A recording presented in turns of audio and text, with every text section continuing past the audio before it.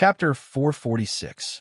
As the river of magic power merged with the passage of the divine sand, it actually usurped the purple cloud palace's protective formation.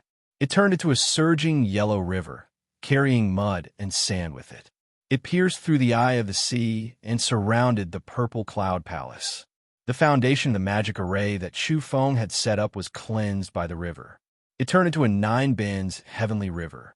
It contained countless murderous intent and was much more dangerous than the original divine sand array.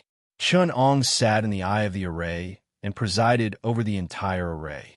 He had already placed the 3 people beside him in the array, each of them suppressing one eye of the array. The long river swallowed the endless water power in the eye of the sea. With the support of the array formation, Chun Ang's efficiency in swallowing the seawater and refining the first sky water had increased by many times. The power of the array formation was constantly improving. At first, the 2 phoenixes could see a river that was about a mile wide. Before long, it had expanded into a boundless river. The speed at which it whittled away at the purple cloud palace's restrictions also increased by several times. Presiding over the array was also a kind of exploration and cultivation for Chenong. Not to mention, with the support of the array, the efficiency at which he refined the true water increased by 10 times. On one hand, the array carried the might of heaven and earth. The power of swallowing essence chi was not something that a person could compare with. On the other hand, the purple cloud palace was located in the eye of the sea.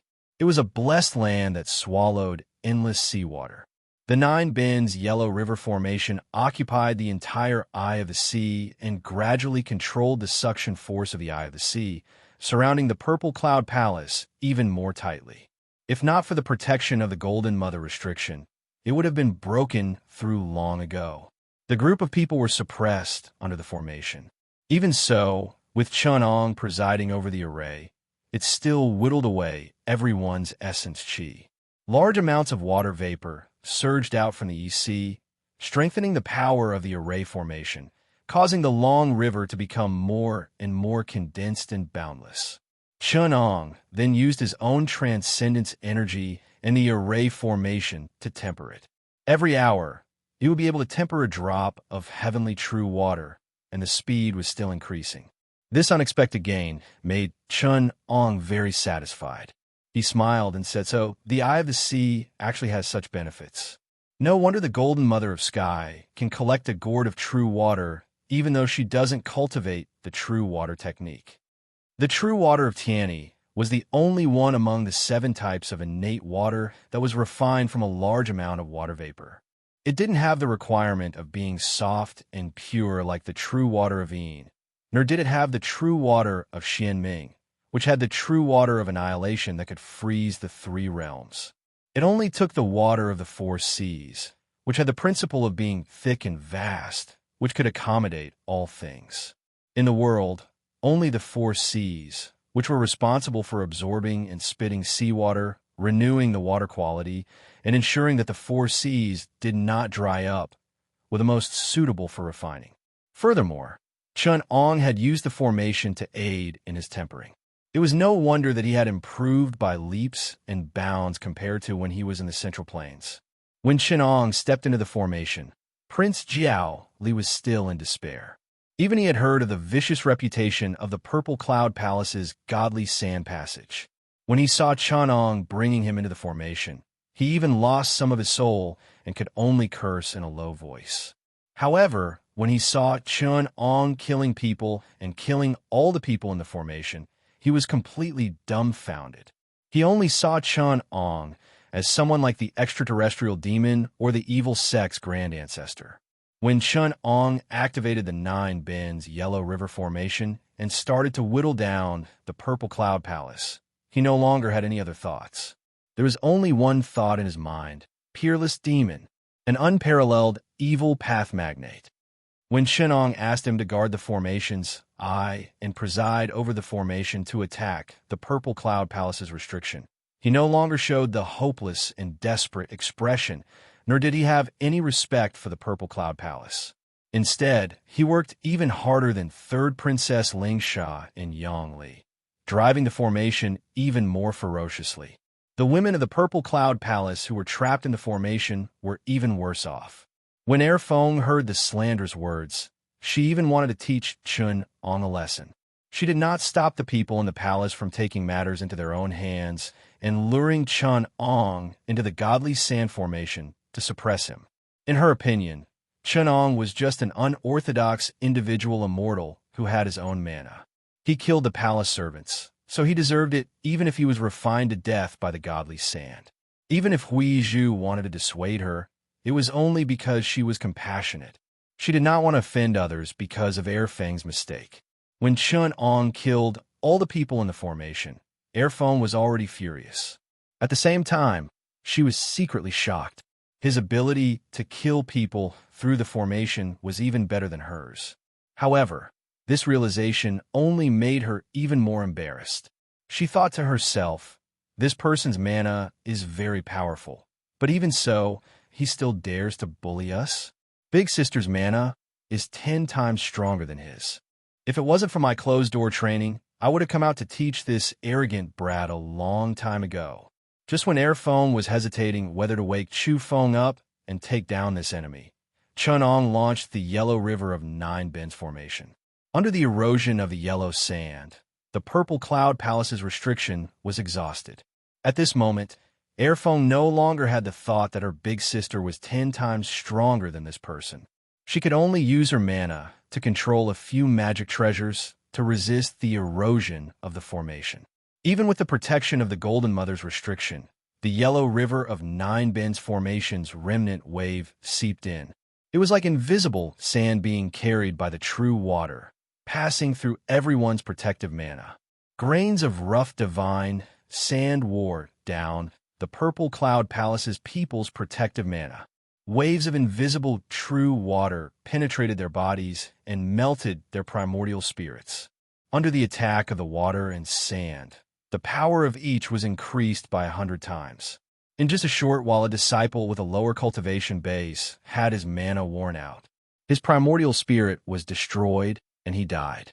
Feng felt that her mana was being worn out by the divine sand carried by the true water. Furthermore, this kind of wearing out was directly attacking the source of her mana. It was a real waste of her years of hard work. She also felt that her primordial spirit was slowly being worn out and eroded by the true water. Seeing a disciple using up his mana and primordial spirit before him and his soul returning to the netherworld, she couldn't help but feel sad. She couldn't help but shout, "We have already surrendered. Why is that person forcing us? Is he really going to let the people of the palace die? How can he still have the face to ascend to become an immortal and achieve Tao after doing such a vicious thing?"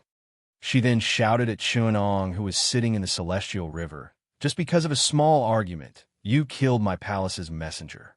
You're still not satisfied with doing such evil deeds, yet you came here to kill everyone in the palace.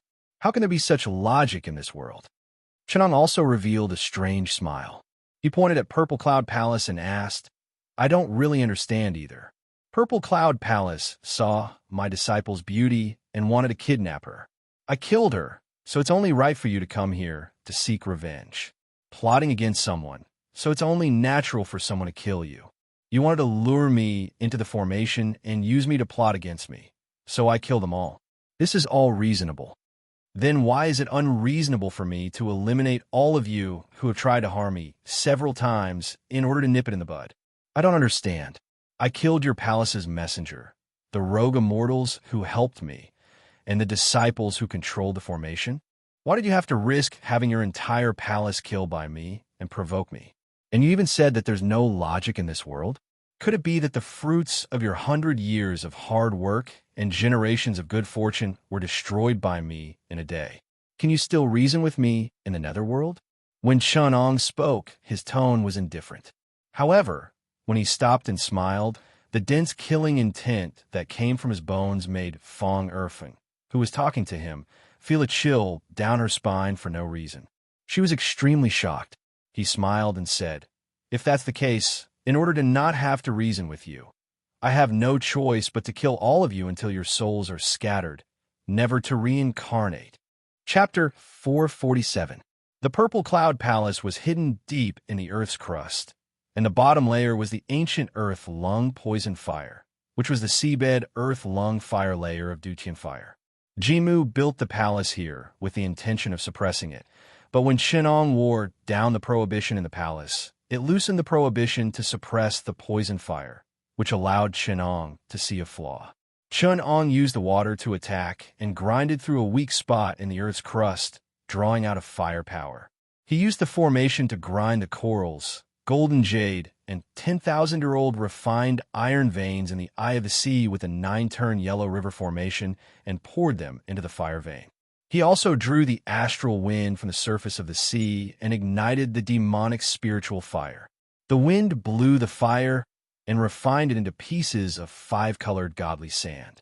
Several pieces of 5-colored godly sand poured into the formation, increasing its power. Under such a two-pronged attack, the prohibition of the Purple Cloud Palace had been broken through by Chenong to the front hall. He was still in the mood to forge many kinds of godly sand to add more methods to the 9-turn yellow river formation. At the same time, he used the Earth Lung Poison Fire to refine the flame of the eternal lamp to supplement the nature of this magic weapon. Only the people standing in the front hall of the Purple Cloud Palace were in a state of panic, feeling that a disaster was coming at them every moment. At first, only the shapeless godly sand could hold on, but later, Chenong drew out the Xianing Poison Fire and refined many kinds of godly sand, such as shape elimination, soul refining, mind confusion, bone erosion, absolute spell, impermanence, 5 elements, Xianing, poison fire, and Jinmu. He also used the Tianyi true water as the source to derive many kinds of true water, such as Xianming, soul scattering, spirit flowing, poison melting, silk winding, and weak water. Under the support of the 9-turn yellow river formation, how could they still hold on? The evil disciples in the palace were all dead. The ones who were left were those who usually had self-respect and were not fated to die. Their bodies were drawn by the formation, and their mana was depleted. Only their mortal bodies were left. Their bodies could not help but float out from under the memorial archway. They were swept into the long river and fainted. When they woke up again, they found themselves stranded on a deserted island nearby. Chenong had spared their lives. Yang Li manipulated a part of the formation in the formation core and trapped several of her best friends. She was eagerly looking for Lu Rongbua, but she couldn't find her for a long time. She couldn't help but beg Chenong to slow down the formation so that Lu Rongbua wouldn't be killed. Chenong shook his head and said with a smile, "You don't know karma. Ever since I became the calamity of this Purple Cloud Palace, the heavens have responded to me. Lu Rongbua, Long Lizi, and you're not fated to die, so you each avoided this calamity. As for the 3 phoenixes of the Purple Cloud Palace, their fates are intertwined. Each of them will have to face the tribulation.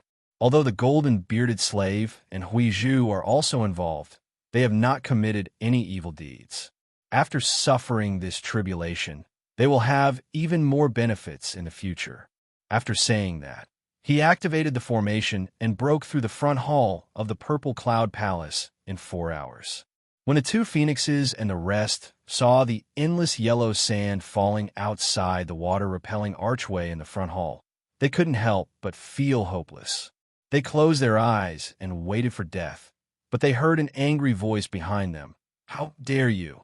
The 2 phoenixes only saw a blur before their bodies had already changed positions and escaped into the golden court of the Purple Cloud Palace, which had the strongest restriction. When they opened their eyes, they saw Chu Feng's angry face. Only then did they know that Chu Feng had taken the escape talisman to save them. However, the others couldn't save them in time, and all fell into the yellow river of 9 Bends formation. They were swept by the formation and suppressed under it. Only Huizhu and Long Lizi were taken into the formation core by Chenong, so they didn't lose consciousness. Although Chu Feng couldn't suppress her anger, she still forced herself to be clear-headed. She called the 2 phoenixes to her side and asked about the cause and effect. When she sensed that the restriction in the palace was broken, she came out of seclusion in shock. The 3 ladies grew up in the Purple Cloud Palace, so they believed in the restriction in the palace more than their own mana. There had never been an enemy who could break through the restriction. The three ladies obtained the legacy of the Purple Cloud Palace and bought a huge family business. They could be considered as the top sect in the EC. Usually, there were countless rules for their disciples to visit them, and they wouldn't allow anyone to humiliate them. Of course, they only restricted outsiders and used all kinds of rules to show how big their sect was. They wanted others to give in and show respect, but they didn't restrict their disciples. It was probably a form of being high and mighty, like an emperor in the secular world, belittling other people's character in order to highlight his own prestige. This was fine normally, but when it came to people like Chunong who didn't like the rules but had the bigger fist, even if he pretended to be an idiot, he would still be humiliated. They dared to do this because of 3 reasons. First, the 3 ladies had the mana of the rogue immortals. Although it was only an unorthodox skill, in this vast land outside the sea, even people like Ancestor Xiankong and the young man of Mount Tianqian had to give them some face. Second, the restriction left by the Golden Mother of the Purple Cloud Palace was closed, thinking that no one could break through it. Third, it was the 3,000 miles of divine sand passage. Chu Feng used magic as a sacrifice, so she was confident that no one would be able to return. The 3 ladies were short-sighted and had never seen a second-generation disciple of a Mei who had the rare treasure of Heaven Mansion. Otherwise, they wouldn't have such thoughts. The Amei disciples were supposed to teach them a lesson after 30 years. This time, the 3 phoenixes got into trouble. Before the tribulation 30 years later, they provoked someone like Chunong, who used his unparalleled power, divine sand cultivation, and restriction to crush all the trump cards that the 3 ladies were so proud of. He taught them how big of a mistake they had made. After listening to the 2 phoenixes' explanation, even though Chu Feng controlled her mana, she couldn't help but frown. She said softly, "This person's mana is probably at the level of a heavenly immortal. He isn't weaker than the Golden Mother who left behind the Purple Cloud Palace. Also, he doesn't talk reason with us. If the 3 phoenixes were slightly weaker, he might really send the entire palace into reincarnation." After saying that, she started calculating. After a while, she heaved a sigh of relief. "Our fate is not over yet, so we still have 30 years to rest. This time, it should be more daunting than dangerous. Let me use the divine shark sting to resist him and see if I can use words to ease the tension. Without the 3 phoenixes, we might be able to get him to help us." Chunong stood under the waterproof archway in the front hall of the Purple Cloud Palace. He admired the #1 celestial abode of the Eastern Sea, the Pearl Palace that had been at the bottom of the sea for 10,000 years. The palace was a few hundred miles deep and had a total of 63 floors. There were pearl palaces everywhere, golden halls, jade steps, jade forests, and exotic plants. There were countless treasures hidden here. Other than the jade nectar, banana coral paste, jade cherry, purple marrow, the rest were rare food from the deep sea and elixirs that were more than 1,000 years old. Ordinary people could live forever after consuming it. In the backyard of the Purple Cloud Palace, there were countless corals, pearl shells, and seaweed. There were also countless celestial herbs and elixirs. Most of them could not be found in the mortal world. Although Chunong had only broken through the front hall, the treasures that he had reached took up a small half of the Purple Cloud Palace. Chunong did not hold back and started to collect them without hesitation. Because he was afraid of damaging this magnificent scenery, he even slowed down the attack of the Yellow River of 9 Rivers Formation. He could not use many of his destructive methods. Chunong smiled. "Coincidentally, I want to open a celestial abode in the eye of the Southern Sea. The Purple Cloud Palace probably has gathered 80% of the elixirs in the sea.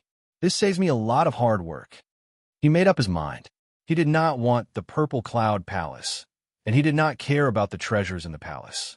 He just wanted to take a portion of these elixirs with him and transplant them when he opened another celestial abode. Chu Feng did not know that he had already treated these elixirs that were more than 1,000 years old as his own. While the attack of the Yellow River of 9 Rivers Formation had slowed down, Chu Feng managed to protect herself and arrived at the front hall where Chenong was. Chapter 448. Chu Feng stepped into the front hall and placed half of her body in the yellow river of Nine Bends formation.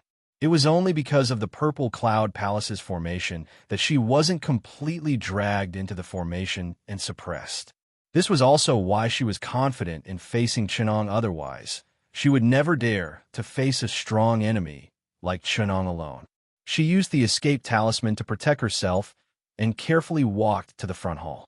She saw a young man stepping on an undulating river of yellow sand.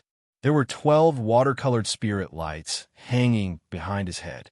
He had a temperament that didn't match his age. His eyebrows were like swords, and his eyes were like stars. His bottomless eyes brought Chu Feng a rare sense of pressure. When she looked at the young man's bone structure, even Chu Feng couldn't help but exclaim, "What a beautiful bone structure!" He was born with extraordinary talent. Although the young man's spells and treasures were extraordinary, Chu Feng could still see that he hadn't become an itinerant immortal. Although an orthodox Xuanmen's Jiaxiu's cultivation was at the peak of the cultivation of qi, it was like cutting melons and vegetables in front of a rogue immortal from an unorthodox sect. However, cultivation was the foundation after all. Chu Feng felt that this person was probably not the great medium who set up the formation to trap the Purple Cloud Palace. It was most likely his disciple or relative who was controlling the formation on his behalf. As soon as she thought of this, she felt a little strange. She was asked to submit to someone and let herself be trampled upon. It really put this proud and arrogant Grand Palace Master, who had gradually become delicate over the years, in a difficult position. On the other hand, she thought that if she captured this person and held him hostage, she might be able to force his master to give in and make an oath not to make things difficult for the Purple Cloud Palace.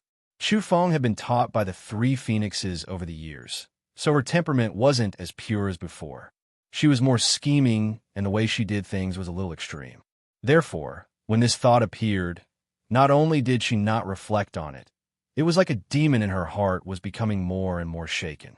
She thought, "This young man is so talented, has many treasures, and was given the important task of controlling the formation by that person. He must be very favored by that person and is a trusted disciple. Now that they have come to invade the Purple Cloud Palace, it's difficult to fight them. This is a rare opportunity. If I can capture him, I can force that person to stop and make him apologize to us. I'll explain to him and resolve the karma between him and the three phoenixes, and this tribulation will be over." Once this thought sprouted, it grew wildly like weeds until she could no longer hold it in and shouted, "Which sect are you from? How dare you offend my Purple Cloud Palace? Is this a place you can come and go as you please? You attack the immortal mansion, ruin the scenery in my palace, and kill my disciples, so you can stay here. I would like to ask your master, what is the crime of allowing his disciple to commit murder?" When Chenong saw a woman with a cold temperament suddenly appear in front of him and say these words, he just smiled slightly and was about to suppress her. He didn't care what she asked, and two sword lights separated from the back of his head one after another. The sword light in front was vigorous like angry thunder, and the sword light in back was only attached to the shadow of the sword light in front. It was silent, and there was only a trace of water that was hard to see, soft and long. This kind of sword art intertwined with strong power and soft softness was the way of yin and yang. How could Chu Feng expect this? She only had time to use many magic treasures to defend herself. At the same time, she hurriedly turned her flying sword and divine shark sting to block, but they were all cut by the fierce sword light in front.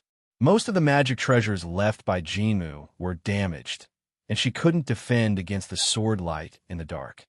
Had it not been for the first phoenix's invisible demonic barrier that had automatically activated to protect its master, and its innumerable strands of invisible silk had entangled the waterscape sword, Chun Ang's sword would have pierced through its scapula and suppressed it with a backhand formation. Even if she was lucky enough to escape this calamity, Chun Ang's heart wouldn't waver in the slightest. This was because this sword strike had allowed Chun Ang to see through her, which meant that it would only be a matter of 10 sword strikes. It wouldn't be able to cause any waves. Chenong raised his eyelids and glanced at her. Another sword light appeared behind his head, and the waterscape sword that was like flowing water became like golden threads. It divided into countless small sword threads and passed through the thousands of soft threads formed by the invisible devil barrier. Chu Feng didn't know that she had met a Real Lord, so she hurriedly shouted, "Senior, please hold back. I have something to say." However, Chenong only pretended that he did not hear anything. Two sword beams forced Chu Feng back, and finally, millions of sword threads pierced through the top of her head, sealing and restraining her primordial spirit. The formation under his feet moved, and she was suppressed in the eye of the formation, together with Hui Zhu and Long Lizi. At this moment, Yang Li, who was in charge of the center of the formation, saw this scene and could only smile bitterly. She mumbled, "This is the great palace master of our palace. She seems to be here to ask for peace with Senior." Chenong stood at the side and continued to pretend not to hear her, until Yang Li begged again and again. He then said indifferently, "Why should I beg for something that I can get with my own ability?" Yang Li was stunned when he heard this. He had a deeper understanding of this senior's character, but he still remembered the benefits of Chu Feng. So he pleaded, "Senior is so mighty. How can the people in Purple Cloud Palace not know what's good for them? They have already been defeated to this extent, so how can they still be reserved? Senior doesn't need to beg. No matter what you fancy, as long as you give a sign, they will definitely give it to you." Chenong raised his eyelids and sneered. "Do you think I'm talking about spiritual medicine and treasures? Is it something from Purple Cloud Palace?" Yang Li couldn't help but ask in surprise. "Then could it be? I'm talking about peace." Chenong said calmly, "Why should I talk to her? If I want something, I can just get it myself. After today, Purple Cloud Palace will be in my hands, and their lives will be in my hands. Why should I bother to talk to her? Does she deserve it?" Yang Li was a little unhappy when he heard this, so he plucked up his courage and said, "Senior, are you afraid that you will lose face by using force? Do you think I will bully the weak and occupy the Purple Cloud Palace immortal residence?" Chenong asked with a smile. He saw that Yang Li's expression was ugly, but he didn't dare to refute him, so he shook his head and sighed. "It's my business to be impartial. Whether I handle things fairly or not is up to me. What does it have to do with them? Whether I handle things fairly or not is up to me. How can I let them speak? If she wants to talk to me, she will have to scheme and scheme against me. If she sees that I am soft-hearted, she will bully me and accuse me of crime. Then, she will ask the seniors to uphold justice and reduce her own punishment. Instead, she will convict me of attacking the palace gate without permission. Then, they will end up with a punishment of 3 cups of wine. If she sees that I am tough, she will dawdle and pretend to be pitiful. In the middle, there will be Sanfeng and Dongxiu, who might not be convinced and pester me in every way possible. If it was someone with the same ability as me, I wouldn't lack this bit of effort to settle disputes with him. But the 3 women of the Purple Cloud Palace are just itinerant immortals. Are they worthy of me spending so much effort on them? I might as well just crush them. Whether they're good or bad, I will handle them. Isn't that simple and easy?" Chenong looked at his expression and nodded with a smile. "That's right. The decision and punishment of this matter will be handled by me." Chapter 449. After saying this, Chenong ignored her. Seeing that Yang Li still wanted to say something, he became impatient, not to mention the 3 phoenixes of the Purple Cloud Palace. "Do you think you, Yang Li, have a lot of respect in front of me? I'm not your master or grandmaster. I don't have so much time to comfort you. It's not your turn to restrain me." He then shouted, "I see that you have a lot of free time. I'm busy polishing the Purple Cloud Palace's restrictions here. Over at Yingjian Island, Sanfeng and Dongxiu are about to arrive, and there are also exquisite people like Su Feinyang waiting for them. Take this banner over and ask them. If they agree, wave this banner. The formation will naturally change." As he said this, a yellow flag with 2 lapels rose from the long river under his feet and flew into Yang Li's arms. Yang Li had no choice but to leave. He stood on the flag and looked at the passage of divine sand that had turned into a yellow river, wondering how to cross it.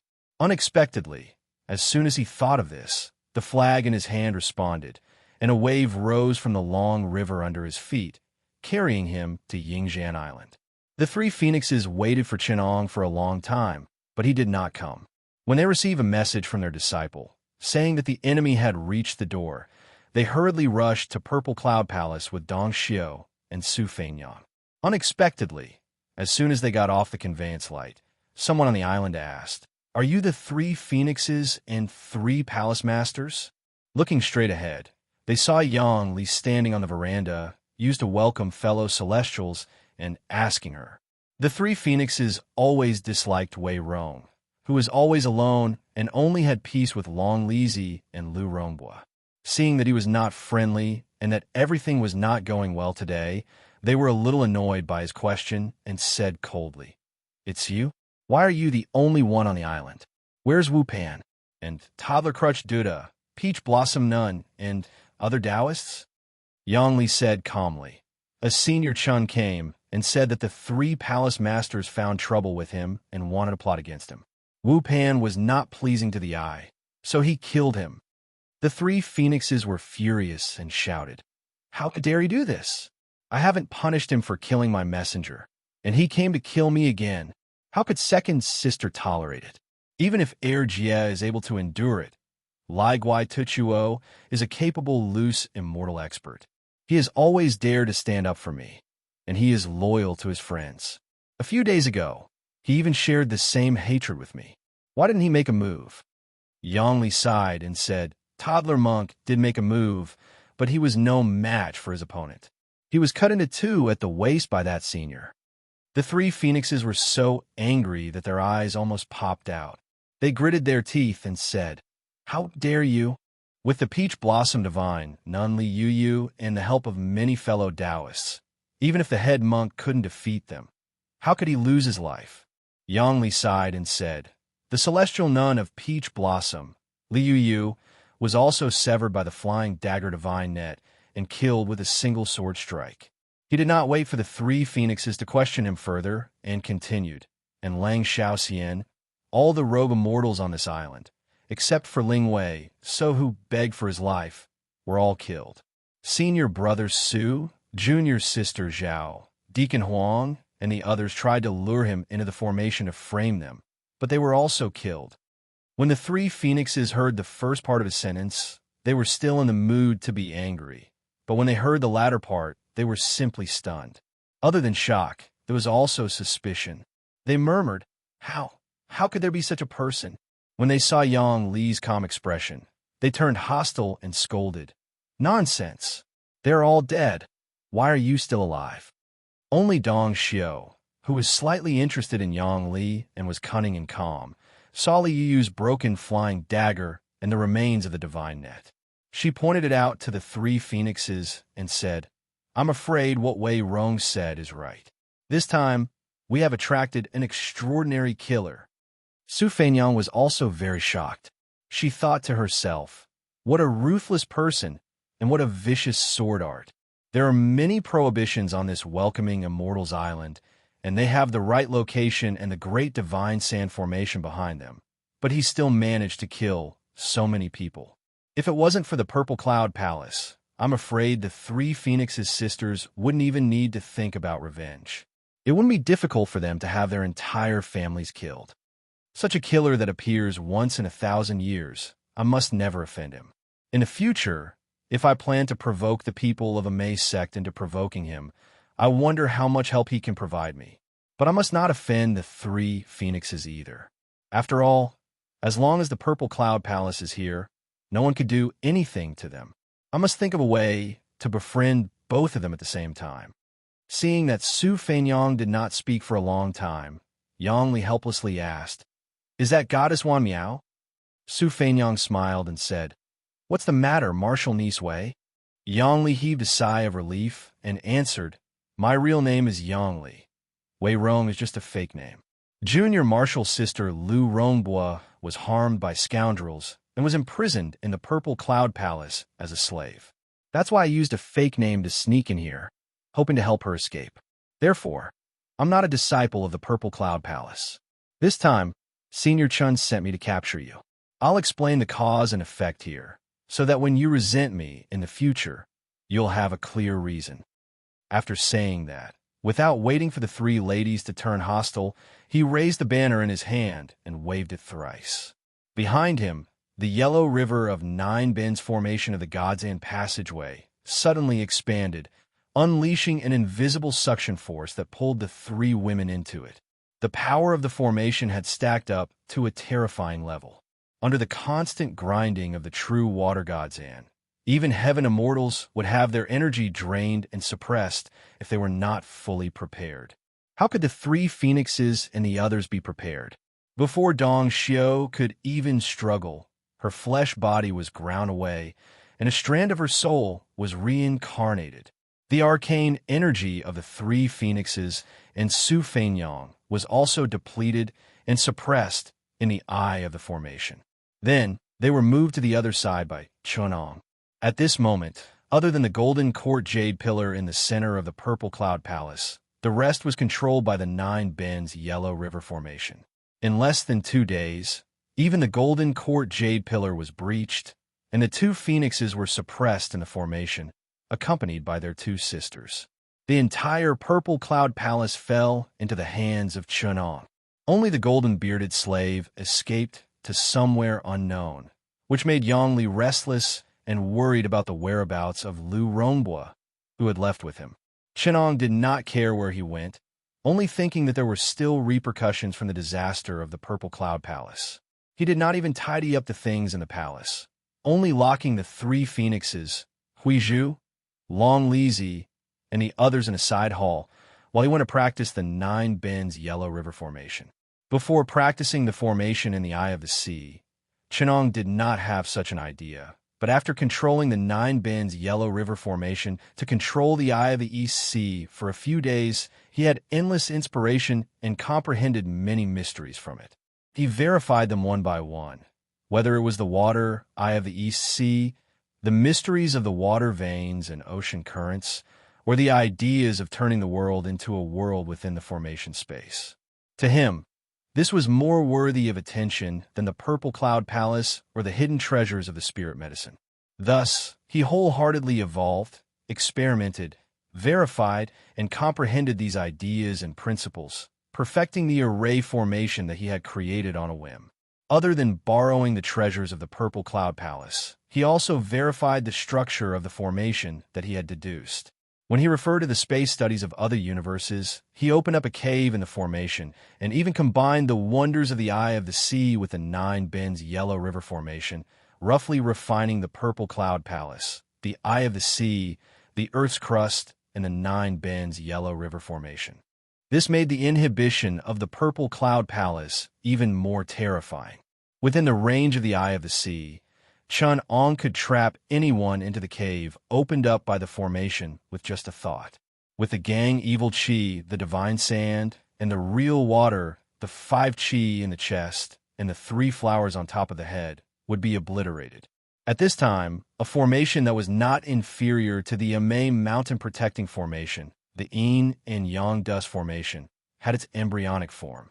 Under the improvement of Chunong, the 9 bends yellow river formation would be qualified to compete with the Yin and Yang dust formation in the future. Chapter 450. The Great Formation had been operating for a month. As it was gradually being worn in, the space of the formation in the Eye of the Sea of Purple Cloud Palace was becoming more and more perfect. Many rough and unbearable places had been polished off. Seeing that Chunong had no intention of taking action and was still imprisoning the people of the Purple Cloud Palace, and Lu Rombua's whereabouts were unknown, Yongli gradually became anxious. She could not help but go to the Golden Court where Chunong was and kowtow to ask about it. Chunong pitted his infatuation and summoned him in, saying, "I know you have doubts.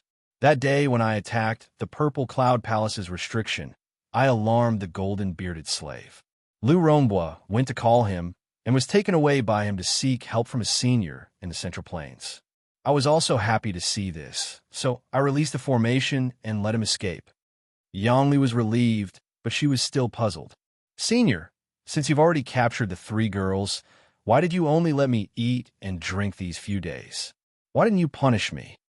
Ong smiled faintly and said, "The main character is here. How should we deal with him?" He also said to him, "Go and lift the jade pillar of the golden court."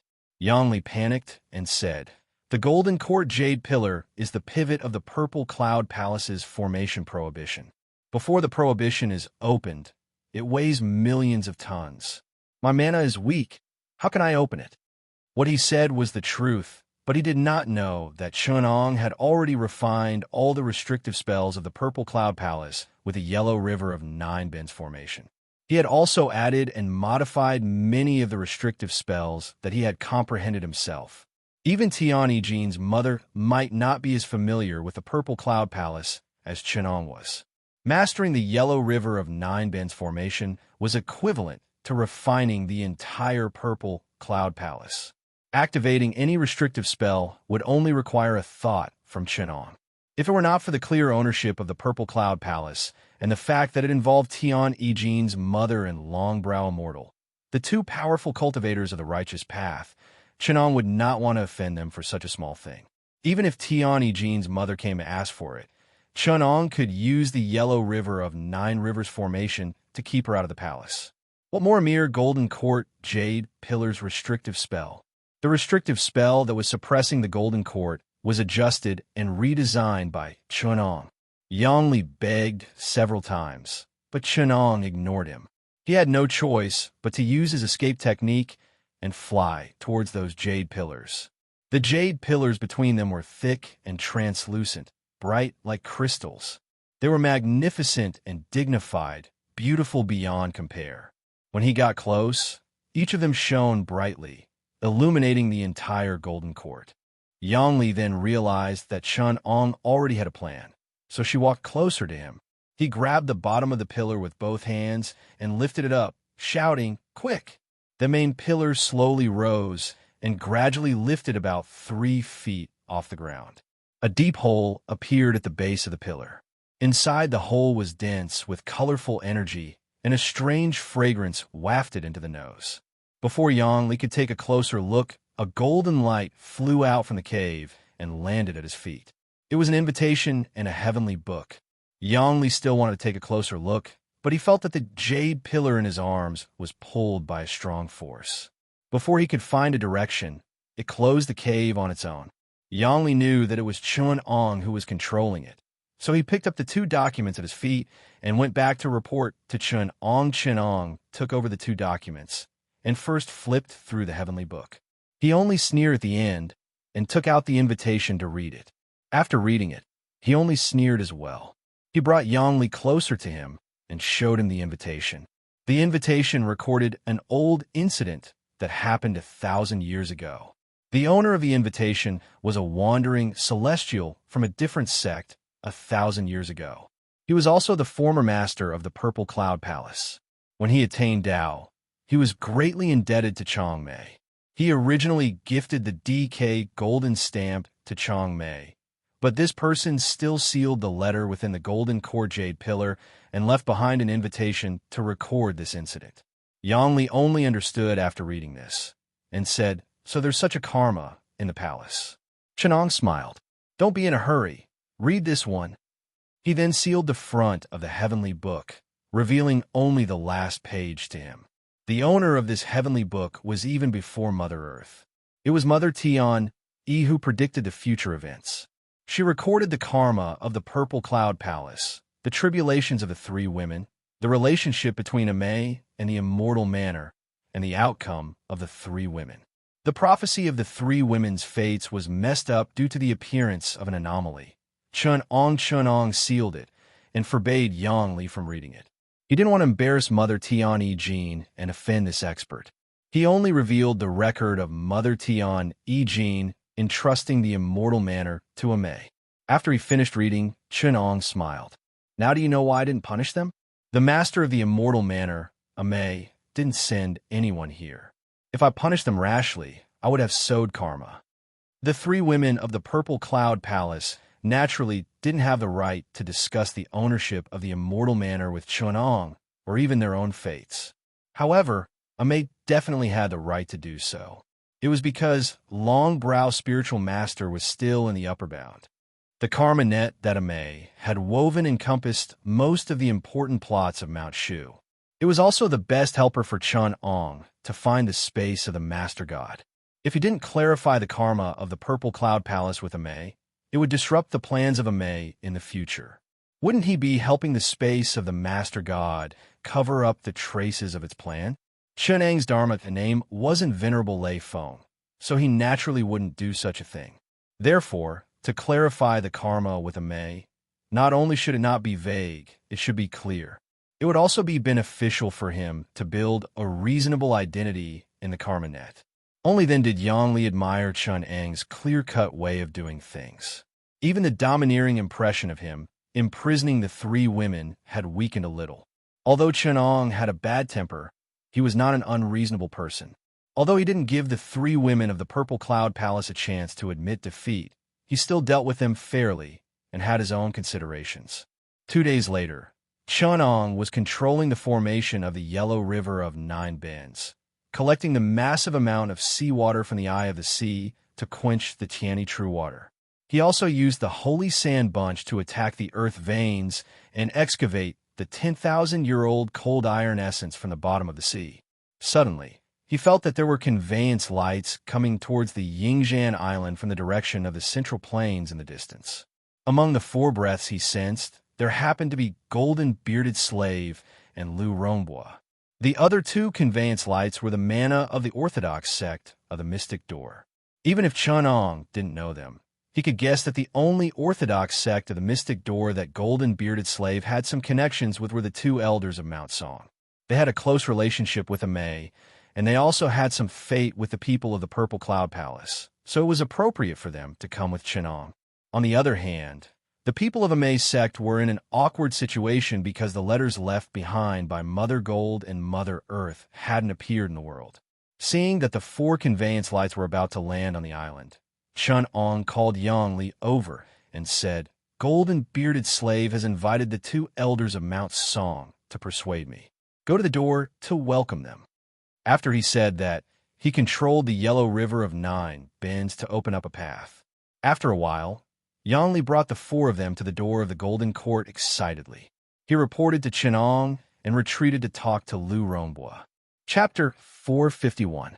The 2 elders of Mount Song were friends with the 3 phoenixes and the Golden Bearded Slave of the Purple Cloud Palace in the early years. Many magic treasures they used were obtained from the treasure house of Master Lianshan on the Moon Island under the protection of the 2 elders. The 2 elders of WW still cared about their old friendship. If Chu Feng and the others were not obsessed with this supplement of the Tomes of Arcane, 3 ginseng of mystic taken out from the treasure house and killed a lot of people to refine the mother and child wishful sand and the shapeless sand, the 2 elders might not let them face the tribulation. Even so, the 3 phoenixes and the Golden Bearded Slave were destined to be apprenticed to the Qingchang sect in the future. The Purple Cloud Palace had suffered a great change. The change caused by Chun-Ong was obviously out of the Longbrow Immortal's plan before he ascended. But fortunately, the heavens will show that there was still room for change. It just so happened that Jinshu Nu came with Lu Rongbua to ask for help. Qi Shuming, the leader of Amei's sect, asked the 2 elders to come and test Chun-Ang's attitude. However, when the 2 elders of Mount Song landed on the Immortal Welcoming Island, Yang Li came to greet them and opened the life gate of the 9-turn Yellow River formation. They saw a slight change in the formation. They were shocked and thought to themselves, "This formation is not simple.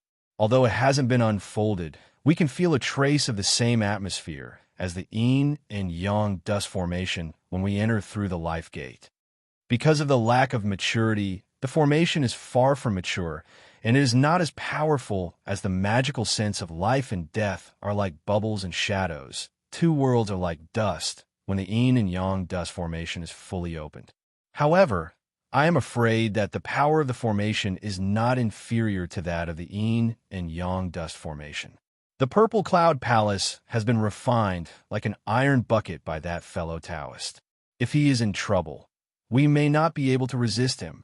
Fortunately, they did not see any hostility in the formation. Silently using the heavens design, it was also a good sign. They immediately put aside their concerns and stepped into the formation with Yongli. Without any trouble, they saw Chenong in the Golden Court. Chenong did not have any hostility towards the two of them. In his calculations, Mount Ame was a big obstacle for him. In the future, the Master God space would definitely mix in with the Devil Dao and evil spirits. He would need Mount Ame's help to eradicate those evil spirits who wish for the world to be in chaos and seize the Master God's weakness. At that time, Chenong would also have to put on the airs of a master of the righteous path and bully the heretical sects together with Ame's sect. He would allow the second generation of the sect to commit crimes and raise a large group of celestial descendants to specifically oppose the heretical sects of the demonic path.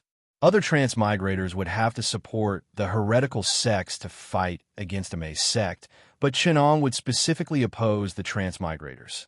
He would even plot against the greatest mastermind behind the transmigrators and help Ame's sect find their common enemy. He stopped the Golden Court's restriction and personally went out to welcome the two elders of Mount Song.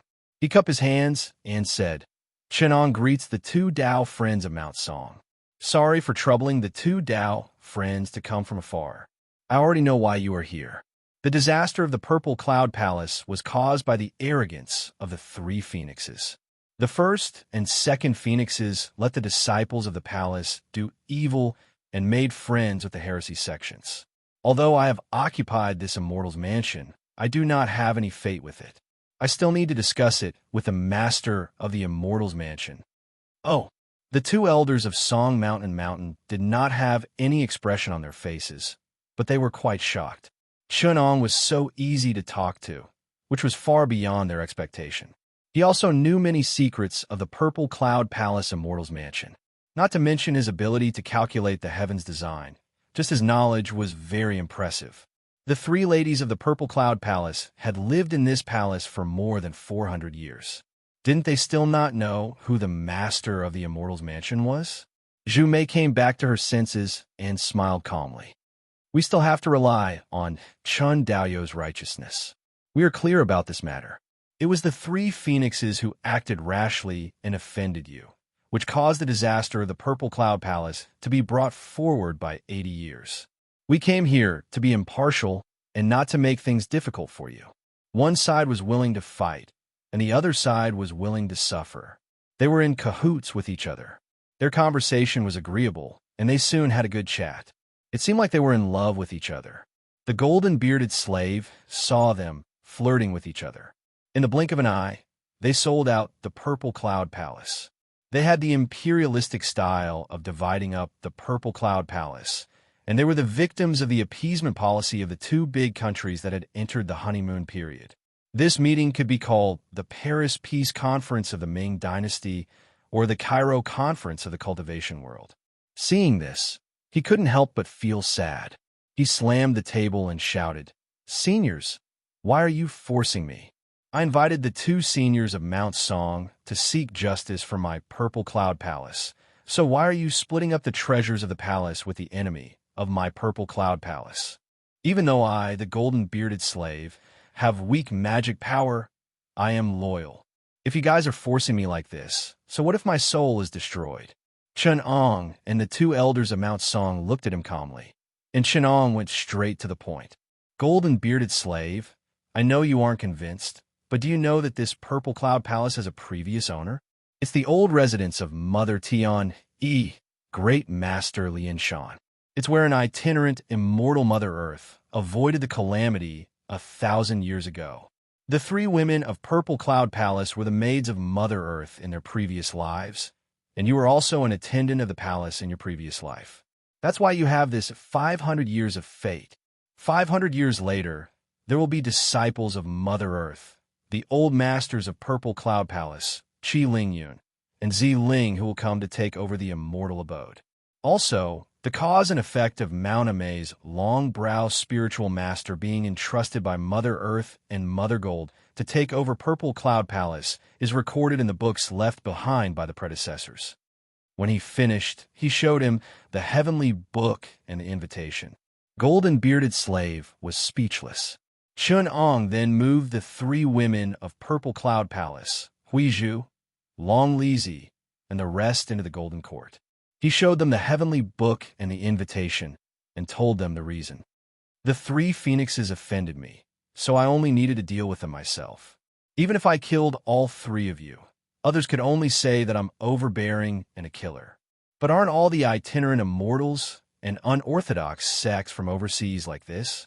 Zhenhai wanted to kill you guys and snatch Purple Cloud Palace, so he was killed by you guys. On the other hand, the 3 phoenixes wanted to kill and harm me.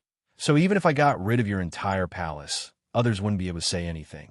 However, I took into account that you guys still had a sliver of conscience. Other than the mother and child Rui divine sand that harmed the lives of many living beings, I wasn't willing to kill you guys.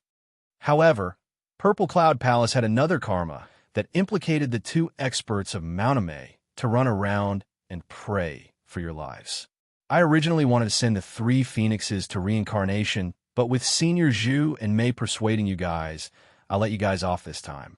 The Divine Sand Passage has already been destroyed by me, and the 500 years of fate between you guys and Purple Cloud Palace has been shortened by 50 years because of refining the Divine Sand and 30 years because you offended me.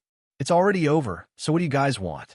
Are you still going to occupy the immortal abode and tangle with Purple Cloud True Lord Amei, then wait for a chance to take revenge on me? Or are you going to listen to Amei's persuasion and let go of this karma? When Chenong finished speaking, he sneered. Let me say this first. If you guys annoy me again, I'm afraid I won't be so nice the next time. Chapter 452. The women of Purple Cloud Palace read the document left behind by the former master of Immortal Mansion and looked at each other in silence. Except for Sanfeng, who was a little unhappy. First Phoenix and Second Phoenix knew that they were meat on someone else's chopping block and understood that they had to bow their heads when they were under someone else's roof. With a flick of his sleeve, Chunong released the restriction that imprisoned everyone and shouted at Sanfeng, "Hand over the restriction tablet that imprisoned Lu Rombua's primordial spirit." Sanfeng looked left and right, but no one in the Golden Court paid any attention to her. She could only obediently hand over the palace tablet that imprisoned a wisp of Lu Rombua's primordial spirit. Chen Ong took the palace tablet and waved his hand. A speck of golden light escaped from the palace tablet and burrowed into Lu Rombua's head. Lu Rombua felt her primordial spirit lighten, as if a heavy shackle had been removed. There was an indescribable sense of lightness, and she couldn't help but shed tears of joy. When Chenong saw that Sanfeng was looking at Lu Rombua with great hatred in her eyes, he couldn't help but sneer. He looked at the 2 elders of Mount Song next to him, and sure enough, they looked at Sanfeng with disgust and indifference. The people of the righteous path in this world were not the kind and pedantic people of other worlds. Or rather, any qualified cultivator would have a resolute determination that had been tempered and tempered thousands of times in their hearts. Righteous path masters who weren't decisive enough and didn't kill ruthlessly enough, even if they couldn't learn it in this life, they should have tempered it in their next. If they still couldn't train that kind of decisiveness after being killed and reincarnated, they deserved to sink into oblivion and never be freed from the great Tao. Therefore, regardless of whether it was the righteous path or the unorthodox path, they were absolutely decisive when it came to killing. Even the thieving baldies of the Buddhist path were swift and decisive when it came to killing the unorthodox path. There were even people like Venerable Zhu who were ruthless and who struck terror in the hearts of the unorthodox path. In this regard, Amei was even more decisive. Before they made up their minds, they might show mercy, but when they directly acted, they were ruthless and merciless, which suited Chenang's taste. The 2nd and 3rd generation of Amei sect's juniors displayed this style to the extreme. As for the 2 elders of Mount Song, although they were not disciples of Amei's sect, they were not far from each other. Moreover, Lu Rombua was the grand disciple of Immortal Ji Lu, a direct disciple of Qing Cheng's sect, while Zhu Mei was the future sect leader of Qing Cheng's sect. Although their lineages were different, they were still related to each other, so they could be considered as Zhu Mei's juniors. Although Sanfeng is fated to be reincarnated in Qing Cheng in the future, she is an evil creature in this life. How can Zhu watch her make things difficult for Lu Rongbua? Chenong saw all of this. He opened his hand and shot out a beam of golden light with the palace token. The three phoenixes could not fight back at all. He severed a wisp of their primordial spirits and sucked them into the palace token. The first and second phoenixes were furious. But how could they dare to stop him?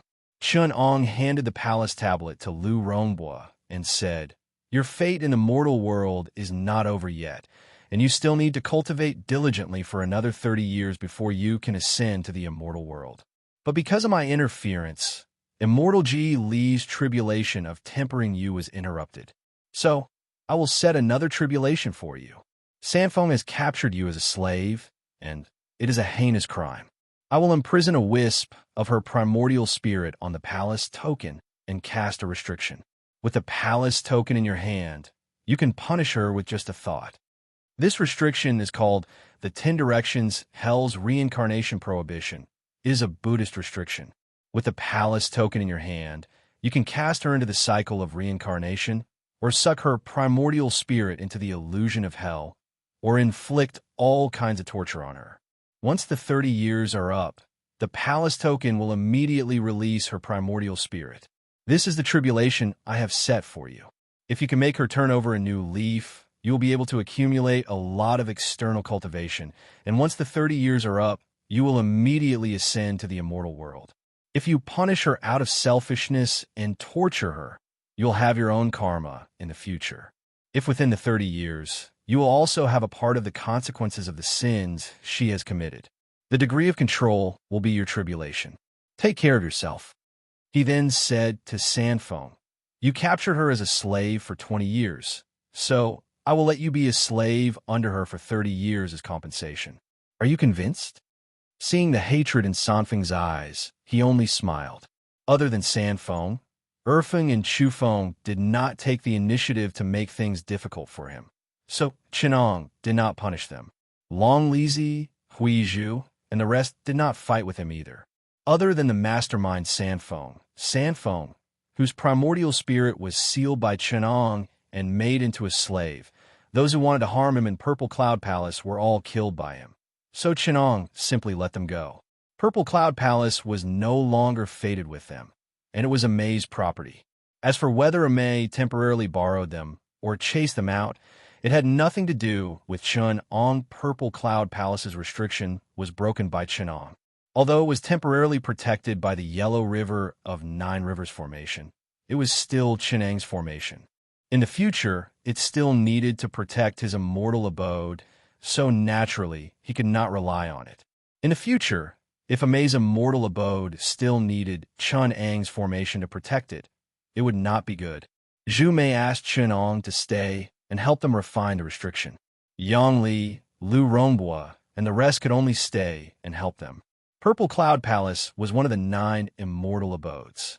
The palace was hundreds of miles deep and was divided into 63 levels. There were pearl palaces, golden halls, jade steps, jade forests, and strange plants everywhere. However, because it was located in the eye of the sea, although the 2 elders of Mount Song were good at the restriction, it was not as powerful as the Golden Mother's restriction. They saw that Chun-Ong broke the restriction and captured people as easily as taking something out of his pocket, and the passage of the divine sand was destroyed. If they were the ones in charge of the establishment, the Purple Cloud Palace would probably be emptied by the demons from overseas before Amei opened its abode. So the 2 elders of Mount Song asked Chun-Ong to refine the Purple Cloud Palace into one, forming a formation to suppress the eye of the sea and prevent the demons from spying on them. Then they lent the Purple Cloud Palace to Chufeng and the rest for 30 years to preside over the formation, waiting for Amei to come and get it. Yang Li also promoted the core restriction of the formation. On one hand, it was to prevent Chufeng and the rest from harming the Purple Cloud Palace. On the other hand, it was to temporarily use them to cultivate and avoid disaster. 30 years later, Lu Rongbua would have the hope of ascending. Chun-Ong activated the 9 Bends Yellow River Formation, but it was magnificent. It could easily transform into a paradise in the eye of the sea. The 2 elders of Mount Song thought that it was a different world than a maze, yin and yang dust formation. It was more suitable for the environment in the sea, and it was a match made in heaven with the eye of the sea of the purple cloud palace. They thought to themselves, Chun Daoyo's formation makes the purple cloud palace even more magical. In the future, when disciples avoid disaster and cultivate, it will be better than the original restriction. After pondering for a while, he asked Chunong, fellow Taoist formation technique is vigorous. Combined with the purple cloud CI, it can best protect and conceal the palace. There's another one that regulates yin and yang and benefits the Eastern Sea. Every day, the eye of the sea takes in and spits out seawater 10 times more, extracting the dark and murky air from the bottom of the sea and rising to the surface of the sea. It nourishes countless elixirs and seaweed, allowing fish and beasts to multiply. It's a great service to heaven and earth. The Purple Cloud Palace has the ability to suppress the Xian-Yin poison fire in the Earth's crust, but it can't compare to fellow Taoist method of drawing water to merge fire, reconciling the yin and yang of water and fire, purifying the poison fire, and nurturing the living beings in the sea. If fellow Taoist is able to set up a formation and complete the eye of the sea's ability to swallow and spit out, the people living in the palace will be blessed by the heaven and earth. There will be little calamity, and fellow Taoist will also be able to obtain 10,000 external merits. Furthermore, as the sea benefits the East Ocean and living beings grow, this external technique will definitely be endless. I wonder if fellow Taoist can unite the entire palace and lay down this formation? Chapter 453. Chenong was slightly surprised. He didn't expect that the two elders of Mount Song would make such a request. As for the incantation of the tactical matrix, he naturally didn't care about it. Although the formation to suppress the immortal mansion was mysterious, it was just a variation of the formation of the Yellow River of Nine Bends. For example, the yin and yang dust formation of the Amaze sect was suppressed by the Tai Ching immortal talisman, and it evolved into the destruction of life and death. Later, it suppressed the Purple Cloud Palace, and it couldn't even protect the sea surface. Even if someone spent thousands of years to slowly figure out one of the variations of the Yellow River of Nine Bends formation, it would only be 1/50th of the Yellow River of Nine Bends formation, not to mention if there were any geniuses who could figure out the entire trick from the formation that was fixed in the eye of the sea. If anyone thought that they would be able to grasp the weakness of Chun Ang's formation and come to him for a lesson, Chenong would let them know the terrifying power of the complete Yellow River of Nine Bends formation. Beyond the Nine Bends Heavenly River, 10,000 miles of sand, turning the Yellow River into the Heavenly River, and the planets into the eternal sands, evolving into the galaxy of the universe. Of course, the formation was still evolving. However, Chunong calculated that if he really gathered all 7 types of innate true water and went to the starry sky to search for the stars outside of Mount Shu, he would refine them into the formation and use them as godly sand. Then he would truly have a portion of the power of turning the Milky Way into the Milky Way. Chenong thought to himself, Mount Amei has the yin and yang dust formation, so they may not be interested in the suppressive power of the Nine Bends Yellow River formation. I'm afraid they've taken a fancy to the wonders of refining the eye of the sea in my formation and nourishing living creatures. If the Purple Cloud Palace really has the Yellow River formation of Nine Bends to suppress it, I don't know how much the fish and beasts in the East Sea will benefit. It's just like the upwelling of seawater in the Peruvian fishery on Earth. The deep-sea nutrients brought by the upwelling of seawater will make a big fishery long ago. The Nine Bends Yellow River formation boosts the absorption ability of the eye of the sea and purifies the seawater. It also brings the seawater in the crust at the bottom of the sea, which has become dark and cold due to the nature of the dark yin poison fire, to the surface of the sea. The true fire of the sun neutralizes it, reconciles yin and yang, and turns it into spirit qi to nourish the East Sea. The mineral nutrients and turbid gas at the bottom of the sea are also exchanged with the surface. Just this alone is enough to support countless algae and plankton.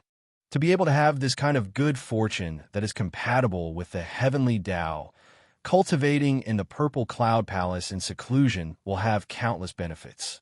If one had to avoid a tribulation, one could obtain the blessing of fortune in the Purple Cloud Palace. Then, a major tribulation could be turned into a minor tribulation, and a minor tribulation could be turned into no tribulation. No wonder the two elders of Mount Song didn't even ask for Taoist Miao One's permission before deciding to give up 90% of the Purple Cloud Palace. I'm afraid that in return, they're willing to give me half of the spirit herbs and treasures in the Purple Cloud Palace. Chenong pondered for a moment. After thinking it through, he raised his head and said with a smile, "Nothing is impossible in this world.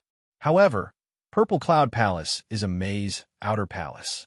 Is it inappropriate for an outsider like me to set up the palace protecting array?" When Zhu Mei heard the first part of Cheneng's sentence, she was already delighted, but the second part was just nonsense. He must have thought it through before mentioning it. She only said, "Fellow Taoist, don't worry. With fellow Taoists' magic power, even if it's other restrictions, how long can they trouble fellow Taoists? Didn't Violet Cloud Palace have the Golden Mother restrictive technique in the past?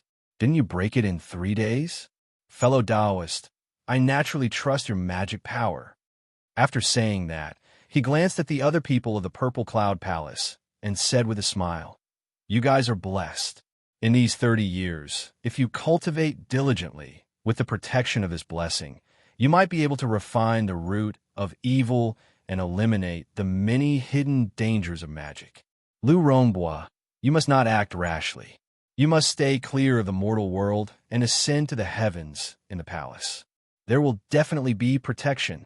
Therefore, Yang Li and the others collected golden jade, cold iron, coral pearl mother, and sent them into the Nine Bends Yellow River Formation. With the help of the Xianyin real fire and a lot of true water, they refined the divine sand.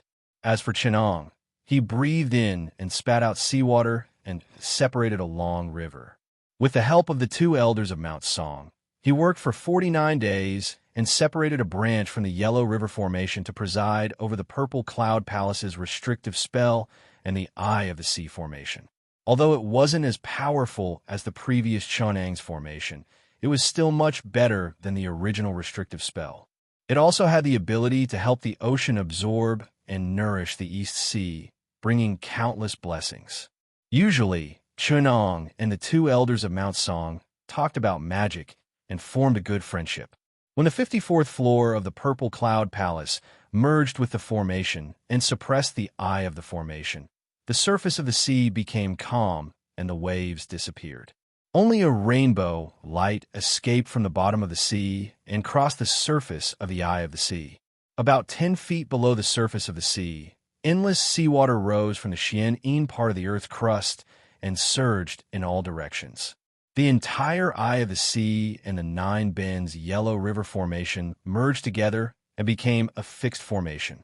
It could no longer change. Every day, when the seawater breathed in and spat out, it silently accumulated in the formation. If anyone dared to violate it, they would be crushed by this force. After thousands of years of accumulation, even a divine immortal would not be able to escape. After the Xian Shi in the eye of the sea was mixed with the true fire of the sun, it was sent to the Purple Cloud Palace to nourish the elixirs in the palace and turn them into resources for the blessed land. When cultivating there, one's heart would be calm and clear, and it would be difficult for one to go berserk. The vitality was lively, and people couldn't help but sigh in admiration. What a good immortal blessed land, the Jade Palace and Pearl Palace. Finally, Chun-Ong used the Nine Bends Yellow River Formation to put away the Pearl Palace, which was filled with elixirs. Chun-Ong scanned it with his primordial spirit. Many of the types of elixirs that the Purple Cloud Palace had were all here. Some rare elixirs were unique, and only he had them. Knowing that the two elders of Mount Song had good intentions, he accepted them. Chun-Ong thought to himself that the two elders really understood him. They knew that he didn't care about Dharma treasures. Instead, there were many natural treasures, such as weapons, musical instruments, clothes, and many other tools commonly used by cultivators. There's also a lot of thousand-year dipper, red heart broken flower, spirit consolidating glue, and so on. After the two elders of Mount Song completed the formation, they deeply admired the Nine Bends Palace. They couldn't repay Chunong with many elixirs for refining the eye of the sea. Because he wasn't a true lord of the immortal mansion, they couldn't give him more, so they could only compensate him in other aspects. They let Chen Ang's Nine Bends Palace gather 50% of the essence of the Purple Cloud Palace. Chen Ang's vision was even higher. He knew the origins and uses of many things in the Nine Bends Palace that the two elders of Mount Song didn't know. Moreover, in the past few months, he had refined the 9 gourds of heavenly true water in the eye of the sea. He had achieved small success in the 7 kinds of connate true water in the heavenly river Dharma power. If he wanted to achieve great success, he would need an endless amount of true water, and he needed to cultivate hard. In addition, he had re-refined the Samadhi true fire, which had absorbed the underground ether fire, the true fire of the sun, and the small success of the human spirit fire, which was the original eternal lamp flame. In addition, he controlled the 9 Bends Yellow River Formation and collected the 10,000-year cold iron, pure gold, 1,000-year pure iron, Tai pure gold, and many other metals from the Purple Cloud Palace's crust and the surrounding 3,000 miles, and sent them to the underground ether fire to be refined. This made Chen Ong suddenly rich. Third Princess Lingsha and Prince Jiao Li saw with their own eyes that after Chun Ang's trip to the Purple Cloud Palace, he turned from a lone Taoist cultivator to richer than the entire Sea Nation. One of them admired the freedom of a Taoist cultivator, and his Taoist heart advanced a step further. The other chanted in his heart, "Kill and set fire to the heavens, plunder and destroy the families, and get rich." Chun Ong put away the heavenly river Dharma power, and the 9 Bends Yellow River Formation that carried the 9 Bends Palace shrank into a heavenly river and entered Chun Ang's sleeve to accompany Macho. Chapter 454. Chen Ong had seen the 5 metals that filled several storerooms.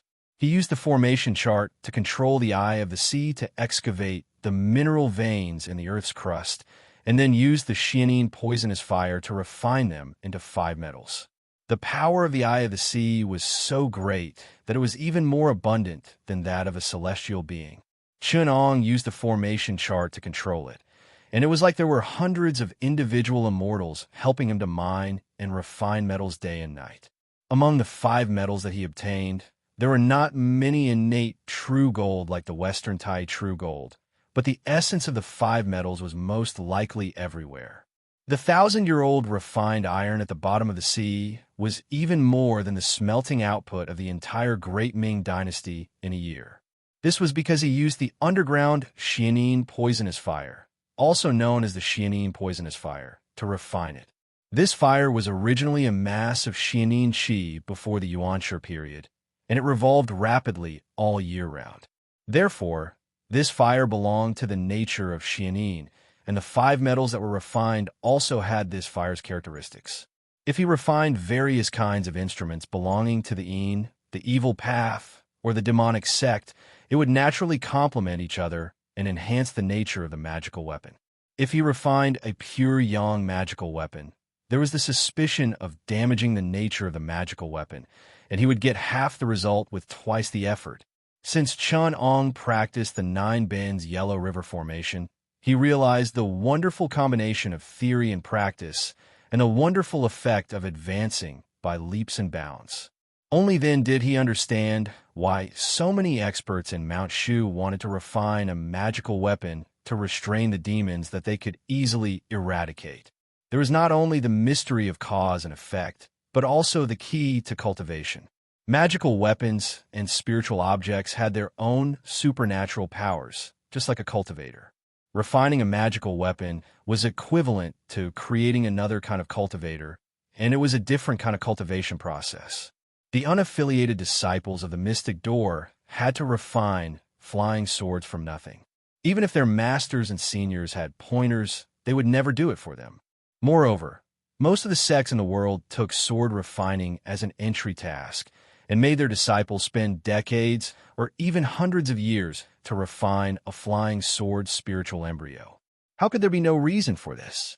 Chinong thought that the refining of flying swords was originally an entry skill, and the refining of flying sword was also a cultivation. In the process of refining flying swords, the disciples of the sect were equivalent to personally training a sword cultivator. So how could there be no gains? And the masters and seniors often refined magical weapons. Not only could they use the magical weapons to carry and transfer some karma, they could also weaken their own tribulations, and they could also learn and practice by analogy. The magical weapons that they refined themselves were also several times more powerful in their hands than others. Chinong could not care less about the former, but the latter was in line with his usual way of seeking Tao. Knowledge, exploration, experimentation, and innovation. In this world, the Milky Way was only the surface. Chinang's real way was the way of creation. In this way, there is a new possibility for those who ascended to immortality to shed their magical weapons. Chinong calculated and verified that when his primordial spirit touched the mysteries of Nanmingli Fire Sword, Qing Suoziying, 9 Condensation Cauldron, Guangqing Golden Ship, and many other treasures, it triggered an additional spiritual opportunity and was deduced from the mysteries of heaven. Chinong sighed. No wonder those old monsters were not moved and only sent their disciples to take the treasures. So there was this layer of calculation. Chinong manipulated the mysteries of heaven and used his primordial spirit to pry. Because he had suspicions beforehand, he was able to find some clues. Qing Suazi Ying is a rare treasure from ancient times. Since ancient times, it has been used by someone to shed the karma of the prosperity of the righteous, so it fell into the hands of the Longbrow Saint. Later, when the Longbrow Saint ascended to immortality, he left behind these 2 swords. He actually entrusted his karma with Amei to the swords, so that he could successfully ascend. This sword has the great karma of Amei's prosperity and protecting it. The owner of the sword has to bear this responsibility, or else it will reverse his fate. It was the Longbrow Saint's plan that the green Suo fell into the hands of the Ancient One. Not only did he cut off most of the Ancient One's fate, but he also took his fate after he was killed. It's really the Amei twin swords. In the hands of Amei, it is fate, but for others, it will be a disaster. The Nanmingli Fire Sword, the Guangqing Golden Ship, the 9 Condensation Cauldron. No wonder Guangqingzi, Dharma, and Saint Emperor Xianyuan left these treasures so easily. I'm afraid that their karma, obsessions, and even their great wishes were entrusted to these treasures. Not only can this help them share their karma, but it can also help them choose the owner of the treasures in the human world, fulfilling their obsessions. If I take these treasures and benefit from them, I will have to bear the karma left behind by them. If I want to ascend, or if I don't want to bear the karma of protecting the Han Dynasty and preventing the Manchurian Qing from invading, I can also refine a treasure that can bear the karma and give it to someone in the human world who wants to protect the Han Dynasty so that he can bear the karma for me. This seems to be beneficial to both sides. It is also beneficial to the person whom I transfer the karma to, but to those who want to ascend, it is an extremely vicious poison. I'm afraid this is also the reason YMA exterminated the heterodox and demonic sections. Once they do this, the karma of the treasures, flying swords, that are used to slay demons, will continuously gather in their hands. Amei used the fate of these treasures to complete this tribulation, slay demons, and make Amei prosper. The owners of the treasures also took this opportunity to escape the karma of heaven, achieving a win-win situation. That is why Amei unscrupulously collected all kinds of treasures, immortal abodes, and promoted it. Countless righteous seniors who ascended borrowed Amei's hands to join the tribulation and wash away the karma left behind by ascension.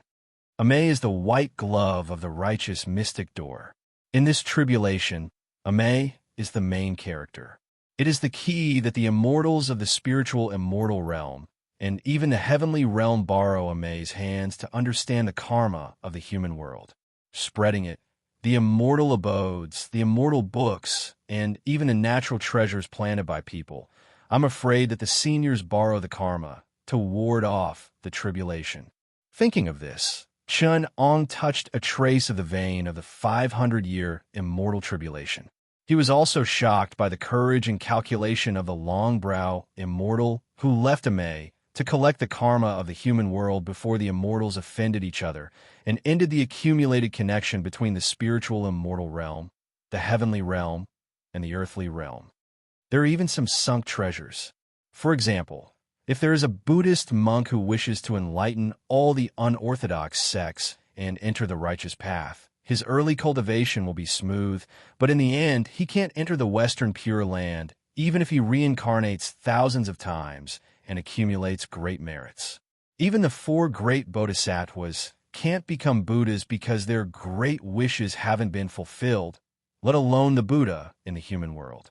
At this time, he needs to painstakingly refine countless Buddhist treasures, build countless temples, and even establish sects to pass on the Taoist orthodoxy.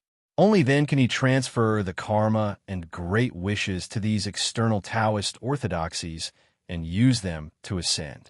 In this way, he will be cheating his own disciples, and the treasures he left behind will also be sunk costs. Everyone has to pay the debts for him, and only after he has paid off his share can he ascend. Some have received too much of the legacy of the seniors and are destined to lose the chance to ascend. They can only stay in the human world, such as the Red Staff Immortal of the Great Eastern Wasteland, the 6 Freaks of the Universe, and some ancient immortals of the West Kunlun. Too sinister. Those righteous, mighty figures of the mystic door who have ascended are too sinister. Chun Ong exclaimed. Even if the Lord God is as smart as a ghost, he still has to drink the water that those immortals wash their feet with. If the Lord God dares to covet those treasures. If there is really a time traveler who collects treasures and uses his ability to predict the secrets of heaven to collect the Nanmingli fire sword and the 9 condensation cauldron, then it will be a good show. Chapter 455. Chun Ong calculated and thought at the same time. Finally, he pushed the fate of Shu Mountain to the level of the spiritual immortal realm. He was sure that even a mighty earth spirit in Shu Mountain was not as clear as him about what was behind the net of karma in the human world. This website's new domain name was K1XSW. It was the largest free romance Chinese website. Come quickly. On the surface, the main characters of this tribulation were the 2nd-generation disciples of Amei. Behind the karma of various mighty figures also surfaced.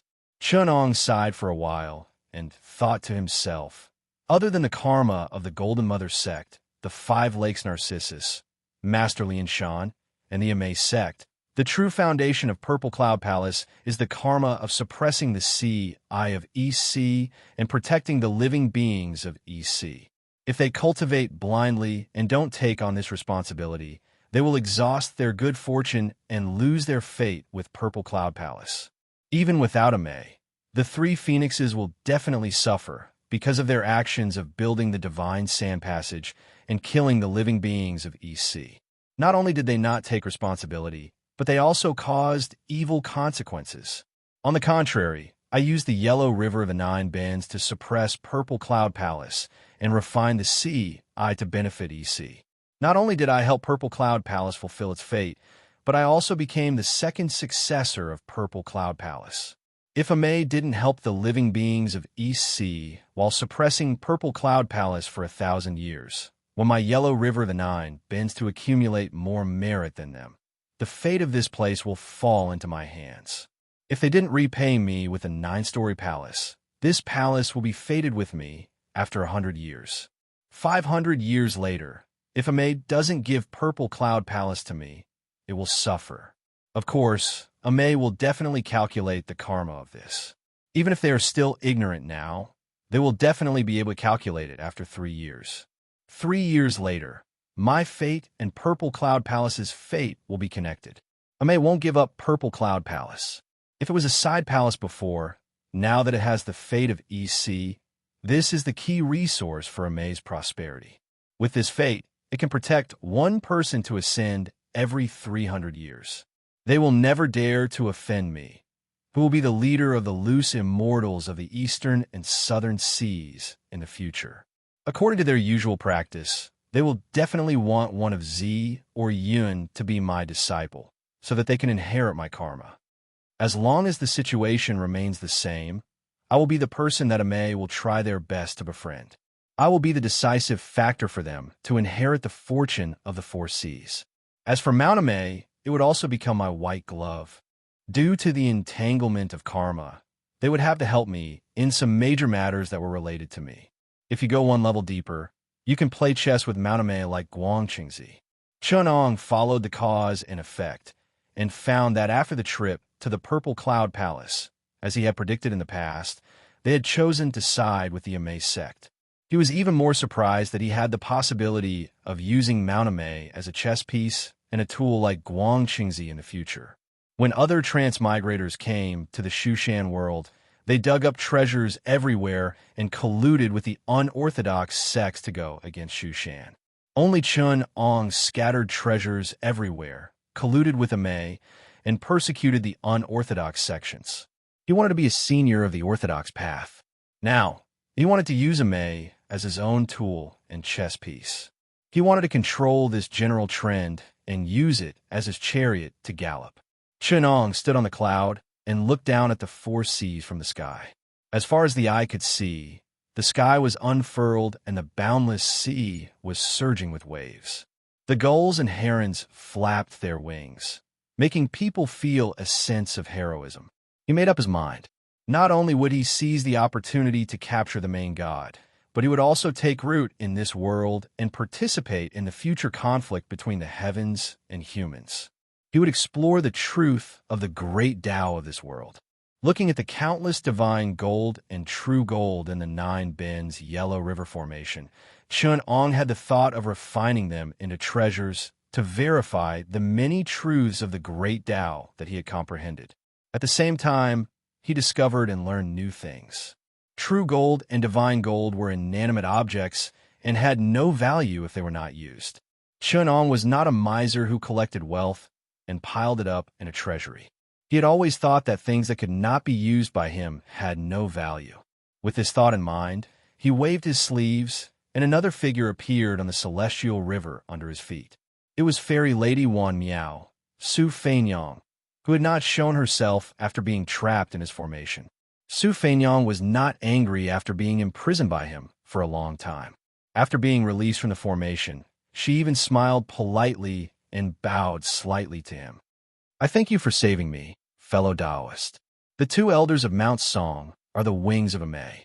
If I were to fall into their hands, I'm afraid I would not be able to survive. Did fellow Taoists come to the East Sea to search for secrets? I have some good friends who live in the East Sea. I can introduce you to them. It will be more convenient for you to travel around the world if you make many good friends." Chenong shook his head and said, "You gave the three phoenixes ideas and made things difficult for me." However, the two elders of Mount Song discussed the karma of Purple Cloud Palace with me. It has nothing to do with the karma between us. Moreover, you did not fall out with them. Even if I hand you over to them, they will not make things difficult for you. Therefore, I do not wish to form any kind of relationship with you. What if you trick me into taking revenge for that old primordial immortal? With his hands behind his back, Chunong said calmly, "Tell me the methods that Wu Tai sect used to refine a few powerful flying swords, and I will let you go." Su Feinyang's eyes darted around, and many ideas came to her mind. She did not take Chun Ang's warning to heart. However, she was the smartest one. If she was not trapped by the vengeance of the primordial immortal, she would not have ended up like this. With a smile, a golden flower appeared in her hand and fell into Chun Ang's hand. She leaped away and left a message with a smile. "Chen Daoyu, even if you don't mind, Feinyang will remember your favor. We will meet again in the future. I only hope that Chen Daoyu will not reject me next time." Once the golden flower fell into Chun Ang's hand, it turned into many words. They were the most ferocious flying swords refined by Wu Tai sect, the Sky Demon Fairy Slaying Sword, the 100 Spirits Fairy Slaying Sword, the 5 Poisons Fairy Sword, and many other secret techniques of Wu Tai sect. Chun'ong only wanted her to leave one of them, but Su Feinyang told him all of them in order to leave a trace of friendship. Even if Wu Tai's sect was scattered, this was still a backdoor method. Even if Su Feinyang's identity was special, if Fa Yuan and the others knew about it, she would still be in a lot of trouble. She might even be stripped of her title as the young mistress. Su Feinyang's willingness to offer such a generous reward showed her determination to recruit Chun'ong, but Chun'ong would never be willing to be used by her. Wu Tai sect's sword refinement method is indeed unique. It is the most powerful method of the side sect.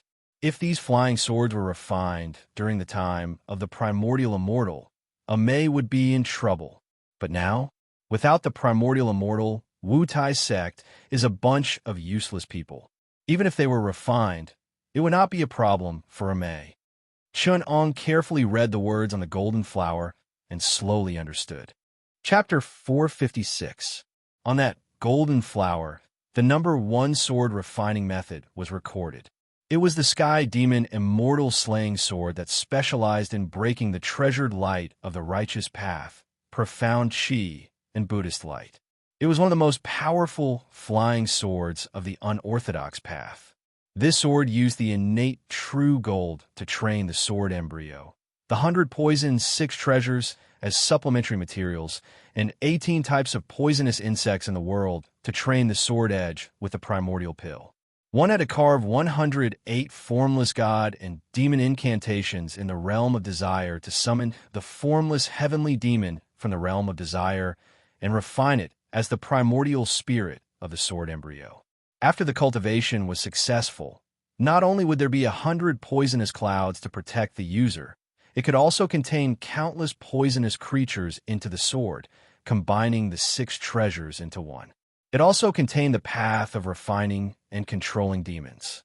It used the formless heavenly demon and was not controlled by the heavenly demon.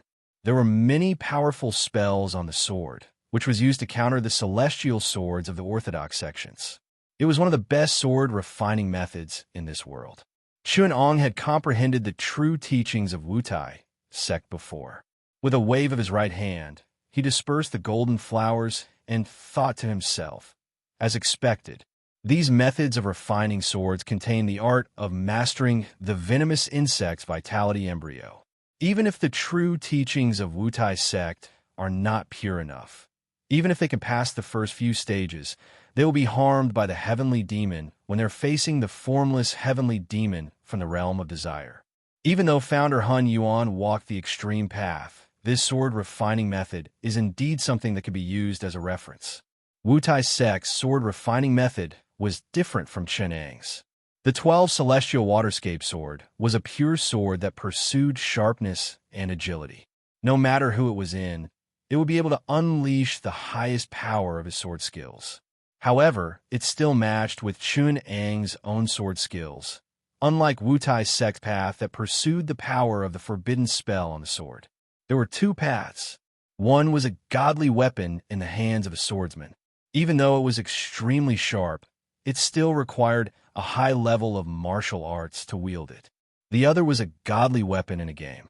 It came with powerful skills, and even a newbie would be able to unleash its terrifying power.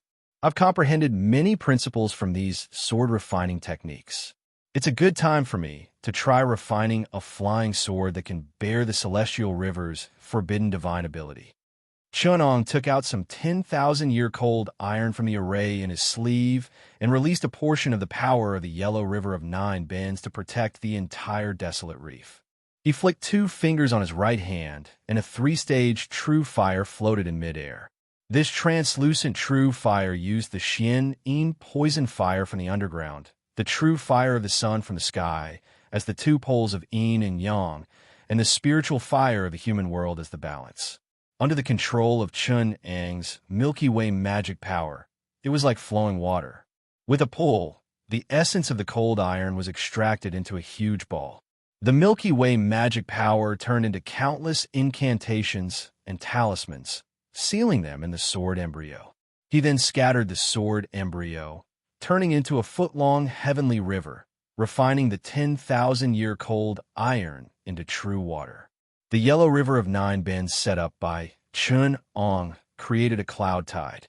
A strand of tiny true water shot out from the array and turned into a strand of Milky Way.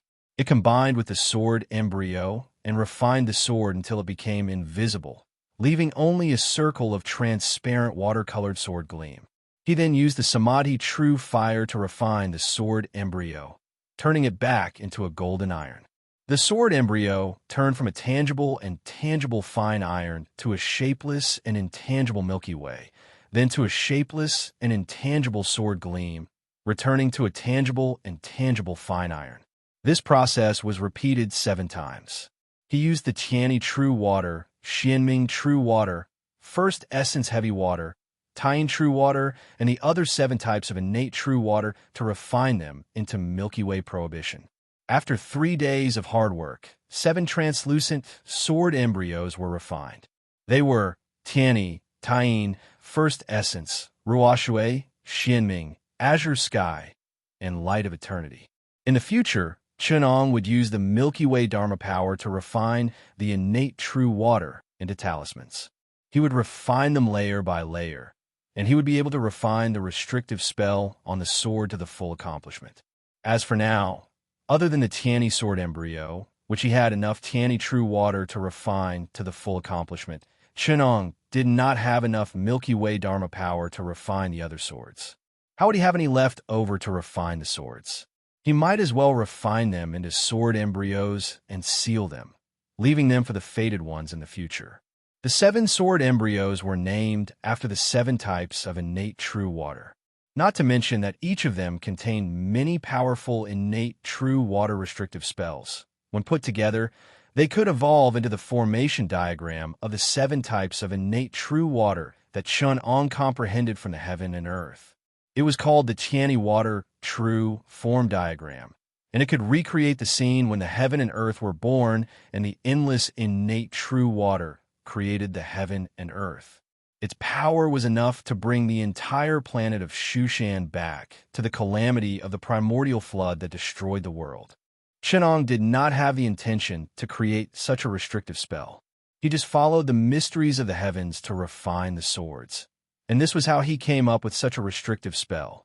He silently used his primordial spirit to comprehend the mysteries of the heavens and earth, and thought to himself, "This sword can only be refined into 6. No matter who it is, if they want to refine the 7th sword, they will have to face endless tribulations.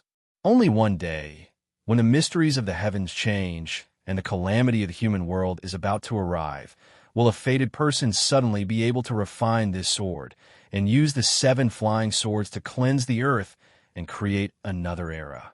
This is the karma of my comprehension of the Tao, of the Milky Way, and the calamity of the primordial flood. It is the key to the creation of the next era."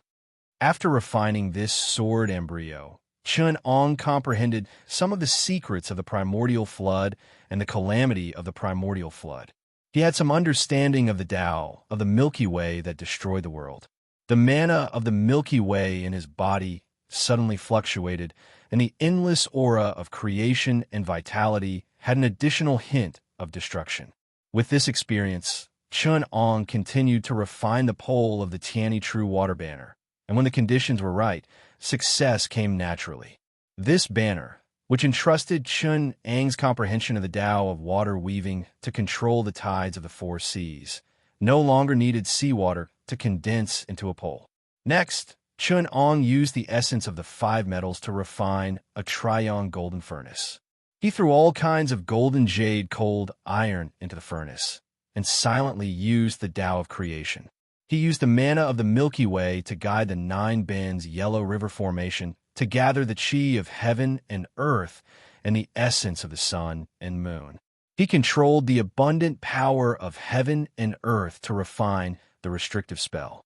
He refined the embryos of many treasures, such as rings, hairpins, vases, pouches, stones, arrows, dagger axes, flying knives, golden nets, round wheels, and many others.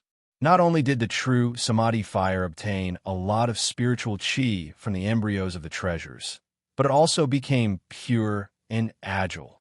It also allowed Chun Ong to verify many magical effects of the Qi of vitality and the creation of all things. The magical effects of each treasure's restrictive spell was a principle that Chun Ong comprehended, and the harvest was really rich. Although magical treasures are only divided by the level of profoundness, there is no classification, but everyone tacitly agrees that large magical treasures such as towers, platforms, buildings, pavilions, ships, formations, and cauldrons are much more difficult than small magical treasures such as mirrors, spears, swords, sabers, and rings, and their abilities are much more extensive.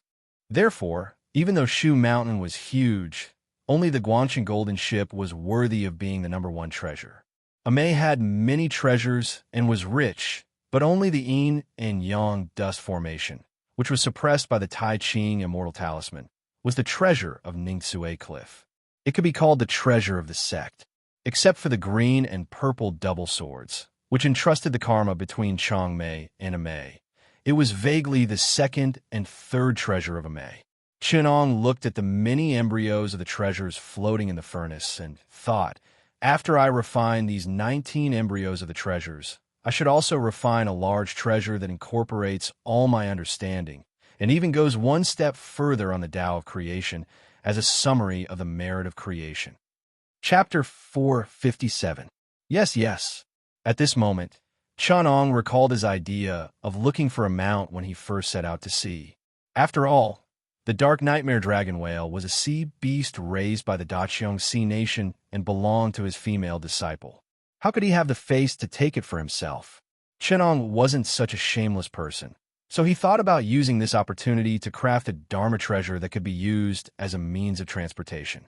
In the future, it would also be useful to travel to the North and South Poles. There was no shortage of such Dharma treasures in Shu Mountain. Whether it was the Jiuqian Shitty Demon Shuttle made by Yi Zhou from the mystic Tortoise Palace of the South Sea, or the Green Cloud Celestial Mat that was taken by the Golden Bearer Slave, they were all outstanding. Of course, the most powerful one was the Guangxin Golden Ship hidden in the water eye of the Yuanjiang River. All of them had endless uses and were excellent for traveling around the world. Of course, Chenong didn't really care about the first two Dharma treasures. At most, they were used by itinerant immortals and one or two good friends to travel around the world. Although they were comfortable, they couldn't hold many things. How could they be favored by a fan of giant ships and cannons like Chenong? Only a mighty and majestic home, like the Guangxin Golden Ship, was suitable for traveling in the galaxy. Chun Ang's idea of crafting large Dharma treasures was different from that of others. If a mighty figure like Guang Chengzi wanted to craft a golden ship, he would also take the path of integrated sacrificial refining, which required extremely powerful Dharma powers and years of hard work. Chenong, on the other hand, was born in a world of science and technology. He had seen many large ships with a displacement of millions of tons and planet-sized battleships.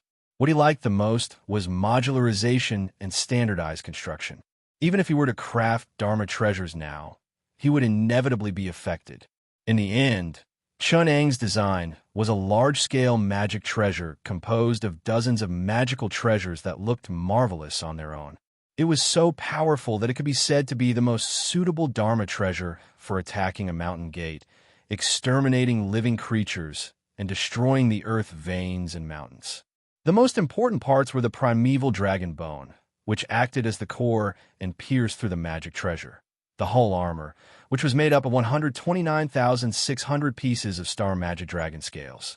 The sun god's fire wings, which were shaped like 6 huge golden wings. The Yin-Yang 2 modes creation thunderball, which acted as the energy source. And the Tai 5 elements divine thunder tower, which acted as the weapon. Of course, the materials and abilities that Shan Ong possessed right now were not enough to complete the entire concept. Hence, the dragon skeleton was reduced to 4 times its original size, and only 1 pair of the 6 sun god fiery wings remained. The star magic-resistant dragon scale armor was reduced to 1,800 pieces, and the Yin-Yang creation thunderball was temporarily used as the energy source. Wait, I'll first make a shrunken version to verify the technology. This was a magic treasure that could only be used in large-scale planar wars. Naturally, it could not be refined by relying on the true samadhi fire. With such a firepower, it would probably take forever to melt and refine these millions of kilograms of materials. If Chunong had not used the power of the Eye of the Sea to refine the Nine Bends Yellow River Formation, which could borrow the power of heaven and earth, which was equivalent to the mana of hundreds of individual immortals working together, he would not even dare to have such an idea. Even so, Chunong still wanted to find a place that could provide a huge amount of firepower. It would be best if there was a metal mine nearby that could replenish the materials so that he would not have to worry about the lack of metal. If this magic treasure was refined, even if it was a shrunken version, Chunong would still dare to use it to break into a maze yin and yang dust formation.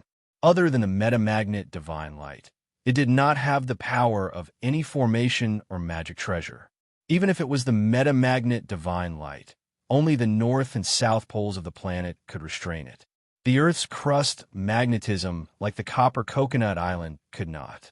Other than the Moon Island and the volcano Sea of Fire, there is no other place that can provide such firepower. Chunong clapped his hands and laughed. Then he pondered and said, "The Moon Island is far away in the wilderness of the North Pole. It is probably millions of miles away from here. It would take a long time to use the sword energy to travel there." After that, he put away the Nine Bends Yellow River Formation and called his female disciple, Ling Sha, who had brought the Longjing back. He said, "I need to go to the Moon Island and make a treasure that can be used for transportation. You can travel around the great Cheongsi nation first. If there is anything, you can use this talisman to inform me." He pointed with his finger, and a wisp of heavenly river Dharma power condensed into a palm-sized ice crystal that contained a trace of Xianming Dharma power. Ling Sha took the talisman obediently and said, "Take care, master." Chunong smiled faintly and silently used his primordial spirit to pinch his fingers to correspond with the stars in the sky. With a turn of his body, he followed the movement of the stars and moved thousands of miles away from the North Pole. Like a flash of lightning, he traveled thousands of miles in an instant. Not long after, he felt a gust of hot wind. The starlight disappeared, and he landed on the ground. Looking around, Chunong had landed on an isolated island covered in ice and snow. The mountain shape was abnormally steep and dangerous. One side of the island was facing the sea, so it must be a barren land near the North Pole. The sea was full of small rocks that were the size of small mountains. They collided with each other with the wind and waves, and the rumbling sounds were endless. The big fish in the sea were like giant whales that were 10 to 20 feet long.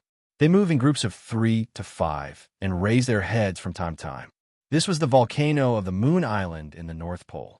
It was the place where Master Lianshan's remains and treasures were hidden. It was also the cauldron of the Earth orifice. The Sea of Fire was not ordinary fire, nor was it the poisonous fire formed by the Xian Yin in the earth lungs. Instead, it was the Yang fire that contained the essence of the Nanming leaf fire and the true fire of the sun. Even golden-bearded slave, who had the body of the Nanming leaf fire, and Huo Wuqing, who had the nature of fire, could not guarantee their safety. Chunong absorbed the water around the Moon Island and set up the formation of the Yellow River of Nine Bends around the island. He also let Macho swim in the formation to devour the essence of fire and fuse it with the pure water to increase her cultivation base and physique. He then released the countless thousand-year-old refined iron and 5 metals that he had collected in the Eye of the Sea of Purple Cloud Palace. He then used the earth fire and the true fire of the Moon Island to fuse them with the essence of the sun. He neutralized the 5 metals and the Xianyin poison fire that contained a bit of the Xianyin quality. This fusion of yin and yang improved the quality of the materials. He then used the power of the Yellow River of Nine Bends to draw upon the power of the heaven and earth to excavate the earth fire copper and 1,000-year-old refined copper in the volcanic vein of the Moon Island. He used the divine sand bundle to attack the earth's crust and grind the earth fire copper into sand. He then gathered the true fire in the Sea of Fire and refined it into pure earth fire copper. Chun-Ong raised the Tianyi True Water Banner and used it to suppress the eye of the Yellow River of Nine Bends, doubling the power of the formation.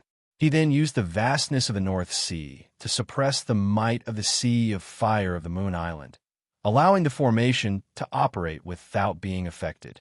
Otherwise, since the Milky Way formation was of the water attribute, its power would be greatly reduced in the Sea of Fire. It would even damage the quality of the formation. He then released the true fire of Samadhi, drawing upon the true fire of the sun that great master Lien Shan had accumulated for 1,000 years.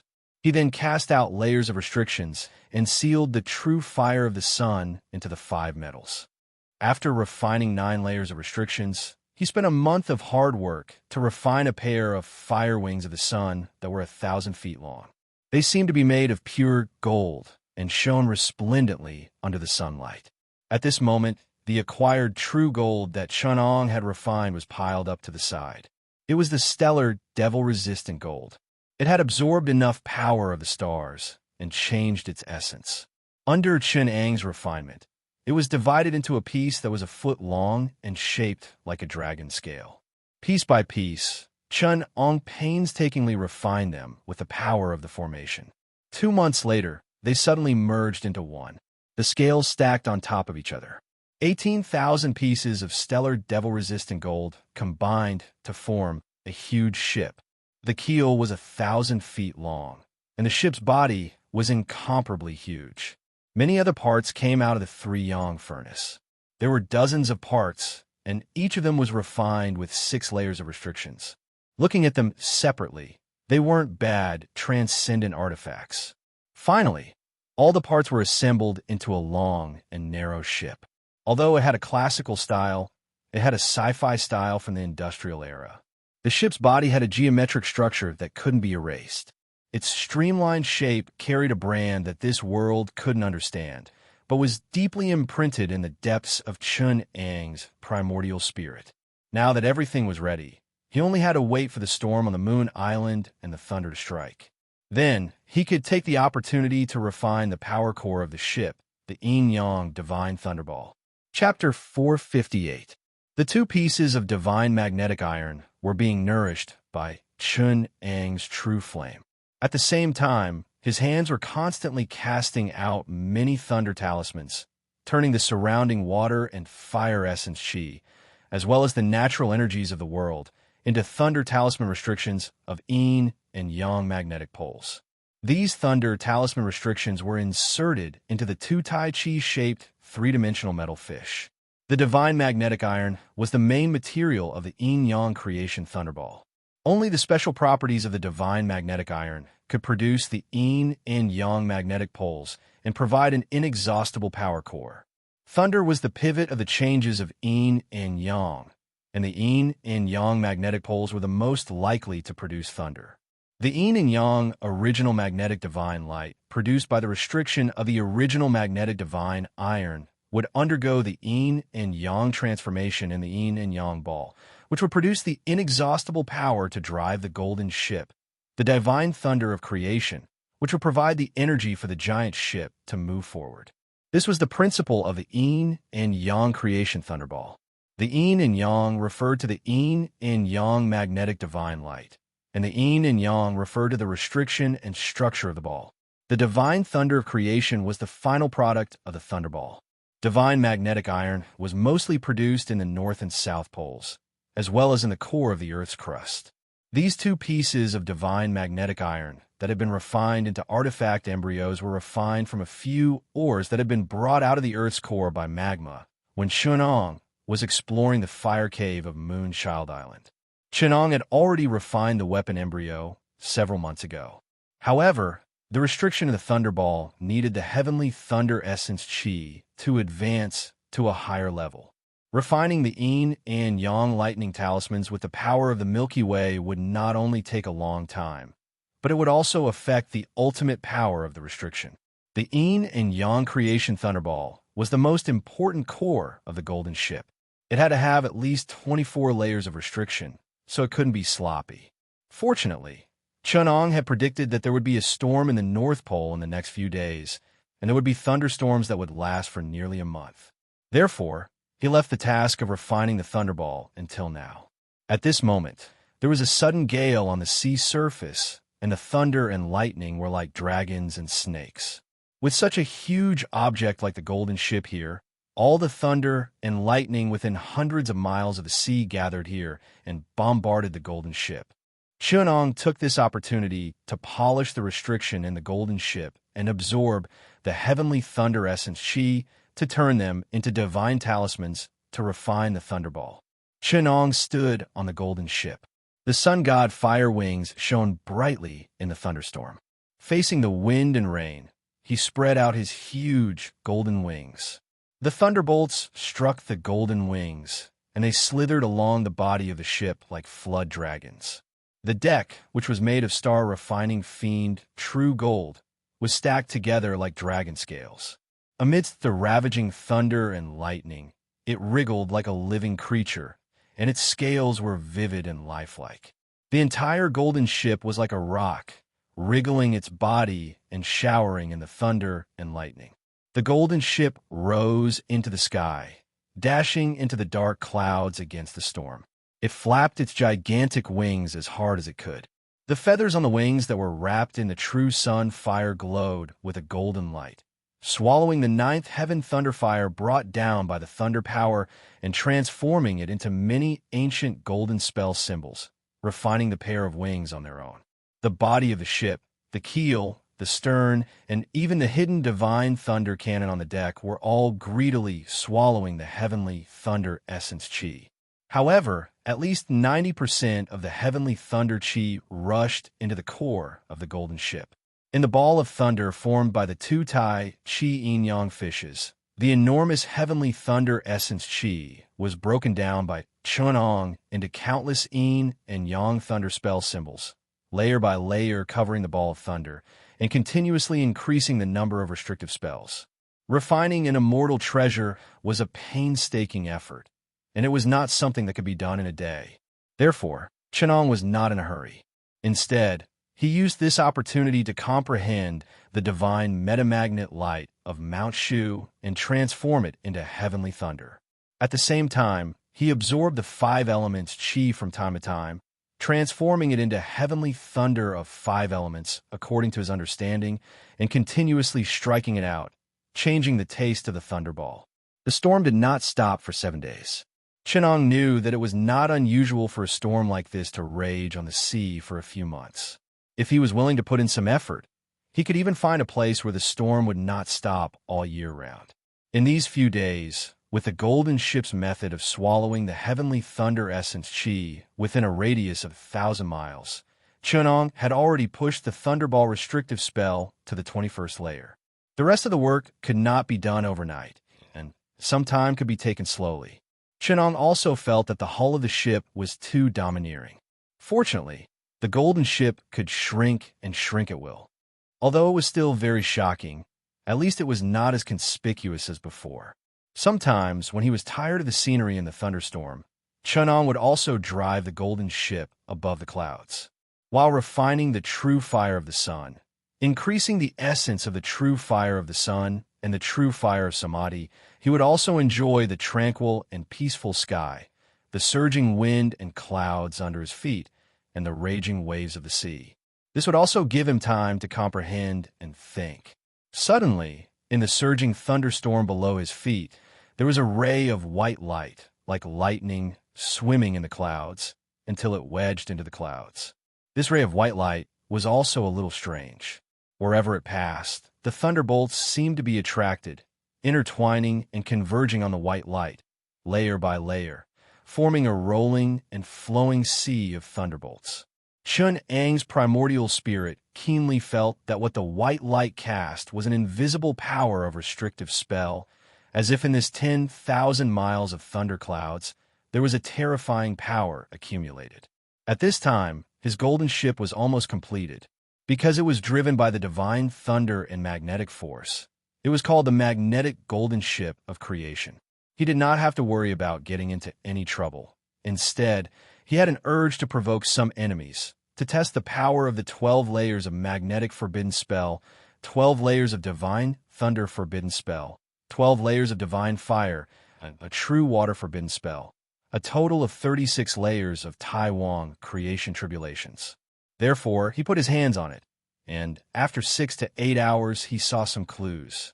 This cultivator seemed to be using the power of nature to accumulate a powerful thunder technique, to unleash the power of his white light magical treasure. It was just that his ability was not good, and the quality of the magical treasure was not good. After being stimulated by the thunderbolts, it could only be used once before it was destroyed. Looking at his unorthodox magical power, that lightning magical treasure that could emit white light to protect himself was probably a treasure that he treasured as much as his life, and there was nothing on this Moonchild Island that was worth sacrificing. Chenong thought for a while, and concluded that he was most likely here for the treasure of Great Master Lianshan in the fire cave of the Moonchild Island. This Moonchild Island treasure would be opened once every 52 years, and when the time came, all sects would be allowed to enter the sea to search for the treasure. Every time the sea opened, it would only last for a day. Each person was only allowed to choose one item at a time. If there were more, it would be a spell restriction, and they would be trapped in the sea of fire. Those who did not know the details would not be able to calculate the date of the sea opening. Those who knew the details would need to have the protection of a rare fire-repelling treasure in order to go down. There were still a few years before the sea opening, but Chenong had calculated that this was the period when the fire cave of the earth orifice was in a slight decline. Although the sea of fire was more powerful than when the sea was opened, it was also a lot calmer. Moreover, Chenong had spent a lot of firepower to refine the gold transformation ship, so it might be more convenient to go down now than when the sea was opened. Of course, this kind of accident, even the Earth Spirit Masters could not calculate, not to mention the unorthodox magical power of the person below. He probably wanted to take advantage of the short period of peace in the Sea of Fire to break Great Master Lianshan's restriction with the Thunder Restriction technique and go down to search for a treasure, the Heavenly Book. This kind of method that used the Thunder technique to replace the fire-repelling treasure, if used at other times, might instead activate the restriction, but at this time, first use the Heaven's Thunder to test, activate the restriction a few times to exhaust the power of the restriction, and then go down in one go. It might be fruitless. Chapter 459. Chenong did not want to get involved in other people's business. So what if the person buried the treasures in the fire cave? Now, there was only one treasure left from Master Lianshan's inheritance. The fire scripture was obtained by Huowumei. The remaining treasure was the treasure that Master Lianshan used to subdue demons. It was called the Separation and Reunion Tablet. This tablet was a talisman formed by the combination of yin and yang. The yang talisman was hidden in the golden boat at the center of the Yuanjiang River, while the yin talisman was hidden here. Chenong's primordial spirit knew that the yang talisman had many karmic ties with Master Lianshan and Maunamei, as well as some karmic ties with Guangchengzi, hidden in the boat for many years. The latter karmic ties have been dissolved, leaving only the yang talisman and Maunamei, which should have been obtained by Yuingnan. The yin talisman was Master Lianshan's vow to dissolve the fire calamity of the Moon Island. It was left for Yuingnan to break through the fire cave and pour out the fire, not to mention the shallow mana of the unorthodox school in the clouds, which rogue cultivator from the four seas would dare to covet this treasure. Even if they had mana to suppress the fire cave and dissolve the calamity, they would not dare to provoke the natural karmic ties of the yin and yang of the tablet. What did it have to do with the general trend of Maunamei? As for the fire scripture, it was entrusted by Master Lianshan to the unorthodox school in his later years. It should have been given to Huowumei, a rogue celestial from another school. However, because he coveted the Separation and Reunion Tablet, he put Yuingnan in a difficult position due to the entanglement of karmic ties. In the end, he lost himself in it and became her disciple. Who would dare to touch such a hot potato? However, Chenong's primordial spirit suddenly moved, and he understood the mysteries of heaven.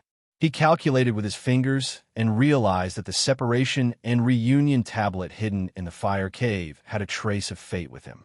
If he entered the fire cave, the tablet would definitely come to him. This made Chenong feel strange. Master Lianshan had never met him, so why would he let the tablet come to him? Thinking about it, it turned out that he used the fire of the fire cave to make the golden boat, which consumed a lot of the poisonous flames that had been accumulated in the volcano of the Moon Island for thousands of years. This reduced a lot of the calamity. It could be said that he participated in resolving the fire calamity of the fire cave and contributed a little. That was not all. The fire calamity of the Yu Air Island was a scheme planned by Great Master Lianshan for 1,000 years. No matter how great Chun Ang's contribution was, it could not be overshadowed by him. 1,000 years ago, he had already decided that this treasure belonged to Mount Amei. How could he simply change it?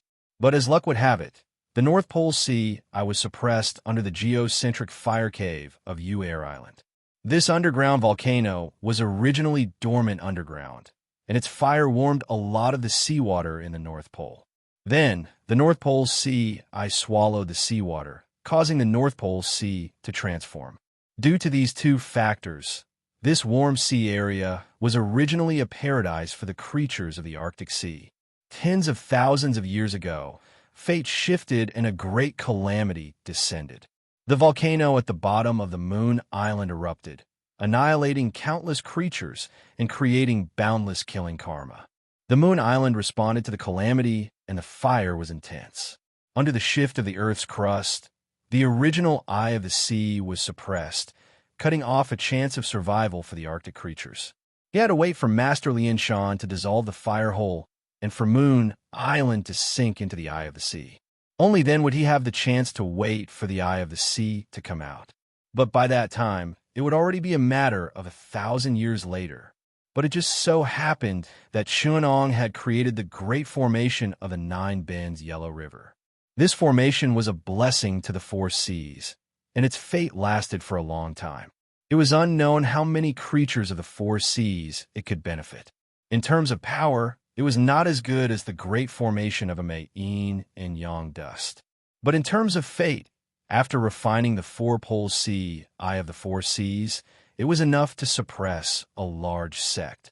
If Chenong established a sect with this, it would definitely be the #1 sect in the four seas, not losing to Amei. With the suppression of the great formation of the Nine Bends Yellow River, the North Pole Sea Eye of Yu Air Island could come into being 1,000 years earlier. Combining the original geocentric fire cave and suppressing it as the eye of the formation, it could produce a warm current in the barren land of the North Pole. Within 10 years, with this formation, the creatures of the North Pole Sea could increase by 50%. After 100 years, when the Sea Eye of Yu Air Island was formed, the warm current of the North Pole Sea Eye of Yu Air Island would merge into the North Pole Sea. This blessed land of creatures could increase the number of creatures of the North Pole Sea by a few times. With this kind of fate external cultivation, the four seas would be affected. All the seniors who cultivated in the four seas, and the treasured weapons that entrusted the karma of the four seas, would all be fated with Chenong. Even their original owners would have to give them to Chenong, hoping to get a share of it. At this moment, the separation and reunion 5-cloud tablet in the fire cave of Yu Air Island was unable to enter Chun Ang's embrace. This was already due to Great Master Lianshan's contribution in extinguishing the fire, and the reason why Chenong had yet to open the sea eye. Otherwise, if Great Master Lianshan kept the separation and reunion 5-cloud tablet, his fate would be reversed, and his external cultivation would not be perfect. As for the Sun tablet lost in Amei, with the natural fate of the Yin and Yang tablets, the one who would suffer a loss would definitely not be Chenong, who was fated with the separation and reunion 5-cloud tablet. Of course, if Amei wanted to give the Sun tablet to Chenong, Chenong would not want it. With long-brow spiritual master's meticulous calculations, he would definitely take the initiative to give it to Chenong. With this fate, he could take a share of Chun Ang's fortune that was blessed by the four seas. Who knew if it could help the people of Amei to become immortals? How could treasured weapons compare to ascension? If they could exchange the treasured weapons for fate, it would help them to free themselves from the karma of heaven and earth. Not only would they be able to ascend smoothly, they could also increase their celestial grade.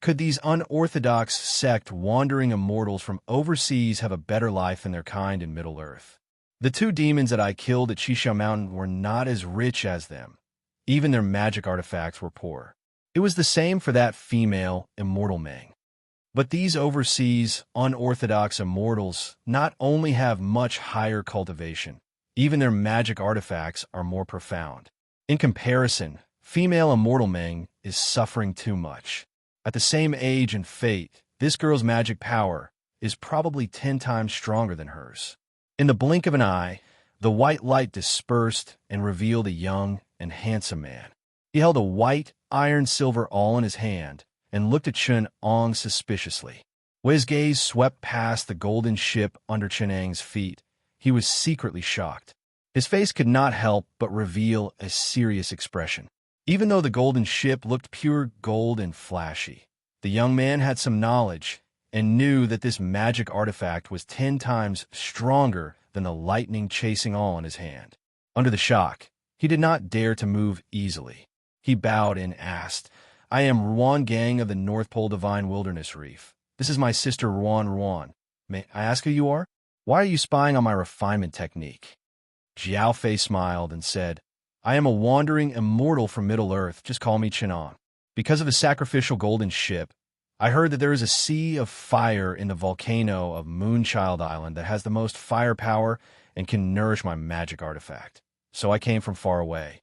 After cultivating here for several months, because of the thunderstorm, he temporarily rested above the clouds. After that, fellow Taoist came here to cultivate. I saw that fellow Taoist momentum was great, and you must have something important to do, so I didn't come down to disturb you." Only then did the siblings of the Ruan family heave a sigh of relief. Ruan Gang's gaze swept over the golden boat beneath Chenang's feet. The more he thought about it, the more he felt that the power of this treasure was extraordinary. A thought came to his mind, and he asked Chenong, "Since fellow Taoist refined the golden boat in the sea of fire, I presume that this treasure is not afraid of the raging fire demon flame in the fire cave. Is it able to avoid fire and break through restrictions?" Chenong snickered. "I've been waiting for you," he said cheerfully. "That's right. My golden ship of creation can split metal and break fire. It can travel freely in water and soil. May I know what business you have with me?" When Ruan Gang heard this, he believed it without a doubt and said happily, "Fellow Taoist came at the right time. Fellow Taoist, do you know that under the volcano of Yu Island, there are many treasures refined by Master Lian Shan, the leader of the Lian Shan order in the past, as well as the Heavenly Book of Remains? He even hid his own orthodoxy within. Every 52 years, the sea opens up once, and people are allowed to go down to take the treasures. The reason I refined this chasing thunder forbidden technique is to break through the restriction of the fire cave and go down to explore. If fellow Taoist's golden boat helps, there will be no need to worry." He cupped his fists and said to Chenong knew the inside story better than them. Moreover, these two Master Lian Shan was one of the 3 founding masters of the Amei sect. If they didn't know such important news, they probably didn't know that there was only one treasure hidden in the fire cave either. Risking his life to explore, but ending up empty-handed, made Chenong sigh. Moreover, looking at her temperament, there was no evil, restless, or hostile air. It could be seen that she usually cultivated her mind and character and didn't commit any killing. Even though the woman used the conveyance light to conceal her appearance. But how powerful was Chun Ang's Dharma vision? What difference was there between this kind of light and nothing else? Their innate aptitude wasn't bad either.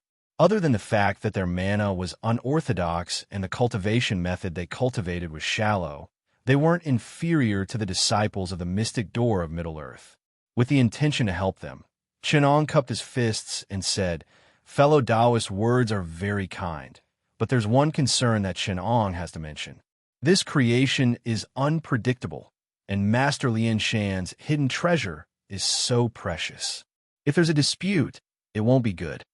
Ruan Gang laughed and said, "I know fellow Taoists can be entrusted. Don't worry about this. Master Lian Shan has already made arrangements." He also heard Ruan's charming laugh beside him. You Air Island only opens up the sea for a day every time. Even though we broke through the restriction and entered, we can't resist Master Lianshan's restriction. Fellow Taoist, do you know that Master Lianshan has already informed everyone that they can only choose one treasure at a time? If there's more, they'll be trapped in the sea of fire. So what fellow Taoist is worried about is easy. As long as you don't covet other people's possessions, we'll be fine. Ruan's voice was filled with pride, but from what Chenong could tell, the siblings were magnanimous and didn't have any intention of harming him after they left the Forbidden Land. Everyone can choose one treasure at a time. When the gold-beard slaves of Purple Cloud Palace went down, almost all of them were taken. Is Lian Shan's face swollen? Chenong laughed in his heart. In the end, Chenong muttered to himself for a moment and revealed a little about the situation in the fire cave, saying, "But what if there's only one treasure left in the hidden treasure? What do we do?" Ruan Gang shook his head in disbelief. "Among the four seas, I've only heard that you Air Island Sea of Fire is powerful. Every time we go to retrieve the treasure, there'll be many unruly people dragging us down. I've never heard of anyone succeeding. That's why I took advantage of the time when the Sea of Fire was silent to forcefully break through the restriction and enter. Master Lianshan is merciful. Every 52 years is the natural period of the Sea of Fire. If we go down now, we won't make things difficult for him. Me and my sister only ask for a heavenly book talisman manual to cultivate again. If there's only one treasure below, we won't take it and give it to fellow Taoist. If there's only a heavenly book manual left, fellow Taoist can just give it to us." Upon hearing this, Chenong smiled slightly. He pointed at the golden ship and released the restriction, allowing the two of them to board. These two siblings boarded the golden ship. The elder brother, Ruan Gang, was still fine. He had manners when he walked. Even though he was young, he didn't let others look down on him. On the other hand, his sister, Ruan, was innocent and unaffected. She looked around the golden ship and was rather surprised. She only calmed down after her brother secretly scolded her a few times. Chenong said, "Fellow Taoist, please show me the way. Let me drive the golden ship down." Ruan Gang hurriedly said, "No hurry, no hurry. You want me to use the Heavenly Thunder Forbidden spell to test the Sea of Fire's restriction. After some of its power is released, we can work together." Without waiting for him to finish, Chenong controlled the golden ship to turn into a golden light and entered the Sea of Fire. The golden ship was wrapped in 36 layers of restriction. It could separate the metal and the fire as if it was traveling on flat ground. Without waiting for Ruan Gang to say anything, it had already sailed calmly in the Sea of Fire. The blazing demon flames in the surroundings surged up. They were extinguished when they were reflected by the golden light of the golden ship.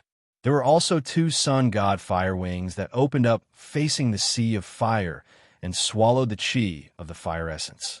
Chapter 461.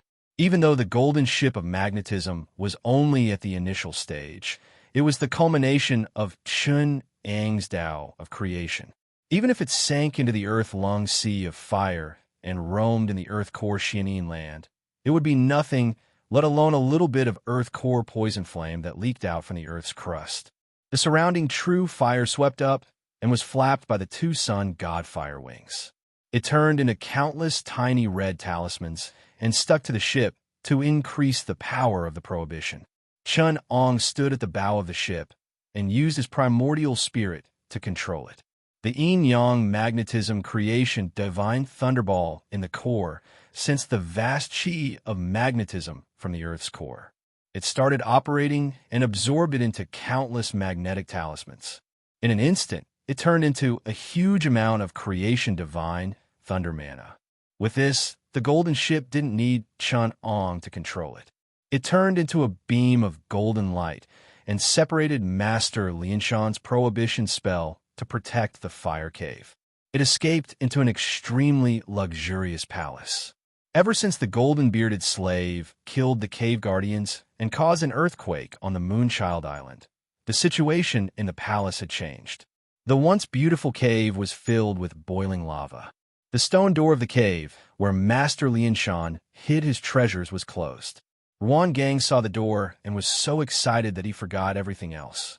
It was Ruan who saw her brother's infatuated look and felt embarrassed. She pinched him in annoyance before she came back to her senses. Ruan Gang said in shame, "I was careless and underestimated the Moonchild Island's sea of fire prohibition. I thought I could break the prohibition spell and get the treasures with this little trick. Today on Daoist's golden ship, I saw the vastness of the sea of fire. Now I know how powerful it is. If it wasn't for the protection of Daoist's golden ship, we would have to risk our lives to have a glimmer of hope. We relied on Daoist's golden ship to protect us. It's hard for us to repay you. How about this? We could take 2 treasures. Apart from the heavenly tomes that are related to our cultivation, we can give the other one to you. You can also engrave the heavenly tomes." It was also because of their good fortune that Chun Ang's impression of the Ruan siblings increased greatly.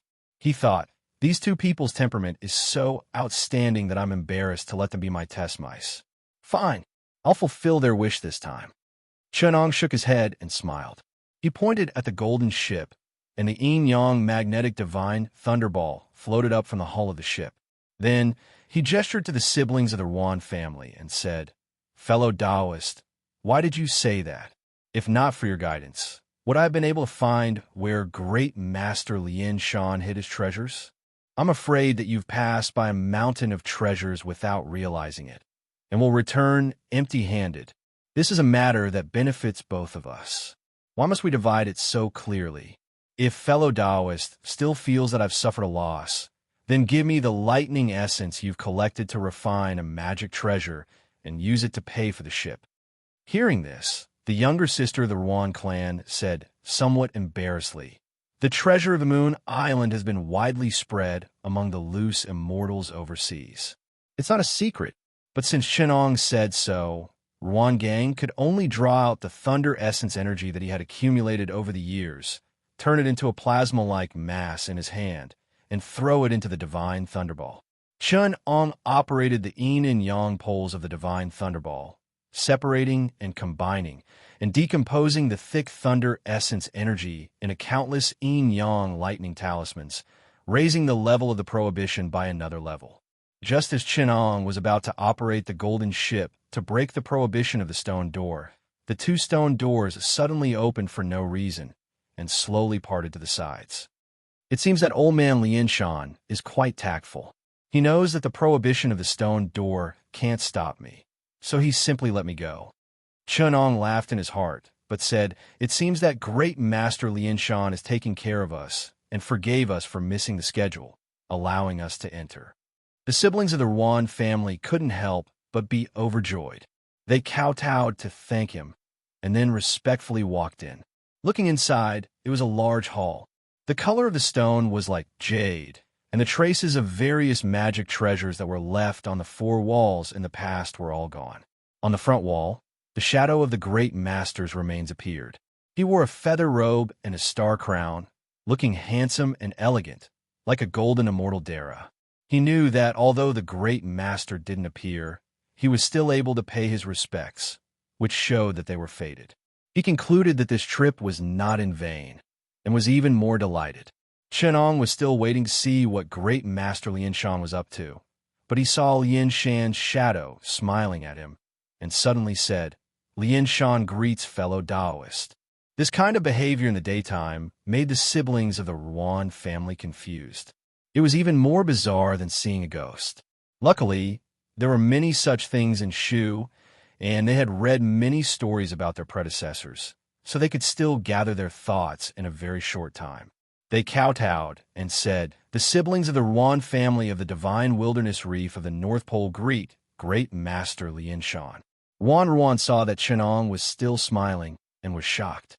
She hurriedly went to pull him, but she heard great Master Lien Shan's shadow say, "Don't be in a hurry to pull Chen Daoyu. Chen Daoyu's cultivation and age are not below mine. When he was refining treasures on the Sea of Fire, we could be considered to have known each other. His supernatural powers and mana are even better than mine. It's only because of his rebirth that his appearance is young."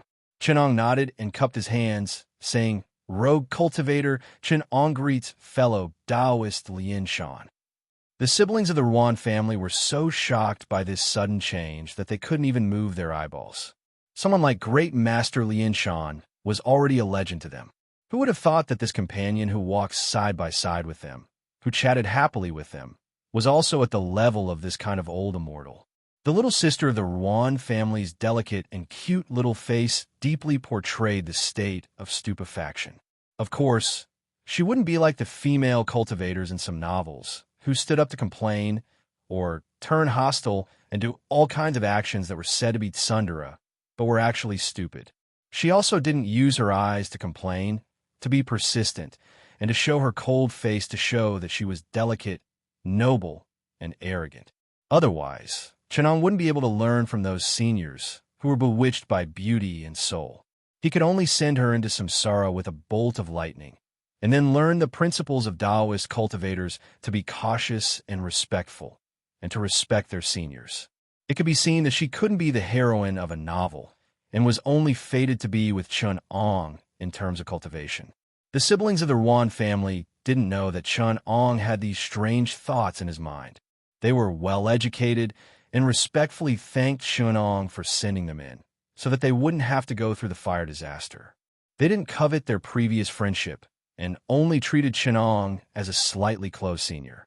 Then, Great Master Lien Shan said, "You two juniors have outstanding aptitude, and your temperament is good, so I like you very much. If Chun Daoyu wasn't here, I would indeed have the intention to entrust Lien Shan order to you. But since Chun Daoyu is willing to travel with you, he must want to train you. After all, Lien Shan order is an unorthodox school, and even I've been dragged down by it. Compared to it, it's not a good future. Chun Daoyu is from the orthodox school of the mystic door, and his mana is vaguely at the art of primordial innate deity. He's even before I learned the orthodox school of the three clear ones. He cultivates the primordial narcissus and fire immortals, and is free and unfettered. He isn't summoned by the celestial ruler of the upper realm. It's a great fortune for you to be fated with him." Chenong shook his head and smiled. The heavens change early. Cultivating this kind of primordial dharma is full of tribulations, and it's difficult to get started. It's really hard to have a good ending. It's fine if I'm a reincarnated body. If they join my sect, I'll be harming them instead. Besides, it's the right way for cultivators to be fated to be apprenticed to learn Tao. Didn't the short Zhu Mei also become apprentice to the three ancestors of Mei, Shui Jingzi, and the seniors, and later learn Tao under the two elders of Tiandu and Mingi? Chapter 462. The Ruan siblings pondered for a moment, then kowtowed to Master Lien Shan, saying, "Thank you, Master, for giving us your robes. But we admire the orthodox mystic door and want to achieve enlightenment. Lien Shan cult is a large cult in the sea, with many complicated matters and heavy karma. We are unable to bear the burden. Thank you for your kindness, Master." Master Lien Shan and Chun Ong both had a strange smile on their faces. Without waiting for Lien Shan to say anything, Chun Ong asked, "Do you know how grand Lien Shan cult is? Even though it fell apart after Taoist Lien Shan's death, it is still a large cult with many immortals and great power. Moreover, Taoist Lien Shan did not appoint a cult master, so the current cult master is not convincing. If you go with Taoist Lien Shan's robes, everyone will respect you and worship you as the cult master." The Ruan siblings shook their heads and refused. Chenong and Chun Ong burst out laughing. Chenong put away the golden boat and created 3 cloud beds. He invited them to sit and said, "You think Master Lien Shan is from a different sect and became the cult master of a different sect. That is absurd. Taoist Lien Shan was one of the 3 ancestors of Mei, the martial uncle of Long Brao Zhenren. Together with the other 2, Shui Jingzi and Huasanzi, they established a Mei's orthodoxy. Later, Taoist Lien Shan could not bear to see the other sects end up without results, so he sacrificed himself for the other sects and rogue immortals in the world, so that they could achieve enlightenment. That was why he became the cult master of Lien Shan cult. In the end, he was burdened by this and died in this sea of fire. Master Lianshan nodded in the wall. Since you were enlightened by Chun Daoyu, why would I ruin your future? Even though I broke away from the sect, I still have relations with Amei, and they still recognize me as their grandmaster. Chun Daoyu was from a distant ancient orthodoxy, so he did not accept you as his disciples. But as cultivators, we learn from all over the world, so why would we have any sectarian bias? I couldn't stand the fact that the mystic door had so many righteous people guarding the door, refusing to help the masses. That's why I broke through the door. That's why all of you should imitate your predecessors and worship Qin Daoyu as your master first. After you've learned a lot of skills from him, come and worship me. I'll teach you the 9 heavens mysterious script, and then I'll teach you the Amei orthodoxy. The siblings of the Ruan family were overjoyed when they heard this. They first kowtowed to Qinong and said, "Greetings, master." Qinong pointed at them, and 3 golden flowers landed on their hands. They transformed into 2 jade books and 1 golden book. He smiled and said, "I haven't imparted my true teachings yet.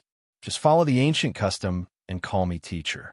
Among these 3 heavenly tomes, one of them is the One Sky Water True Form Diagram that records the secret manual of the water technique.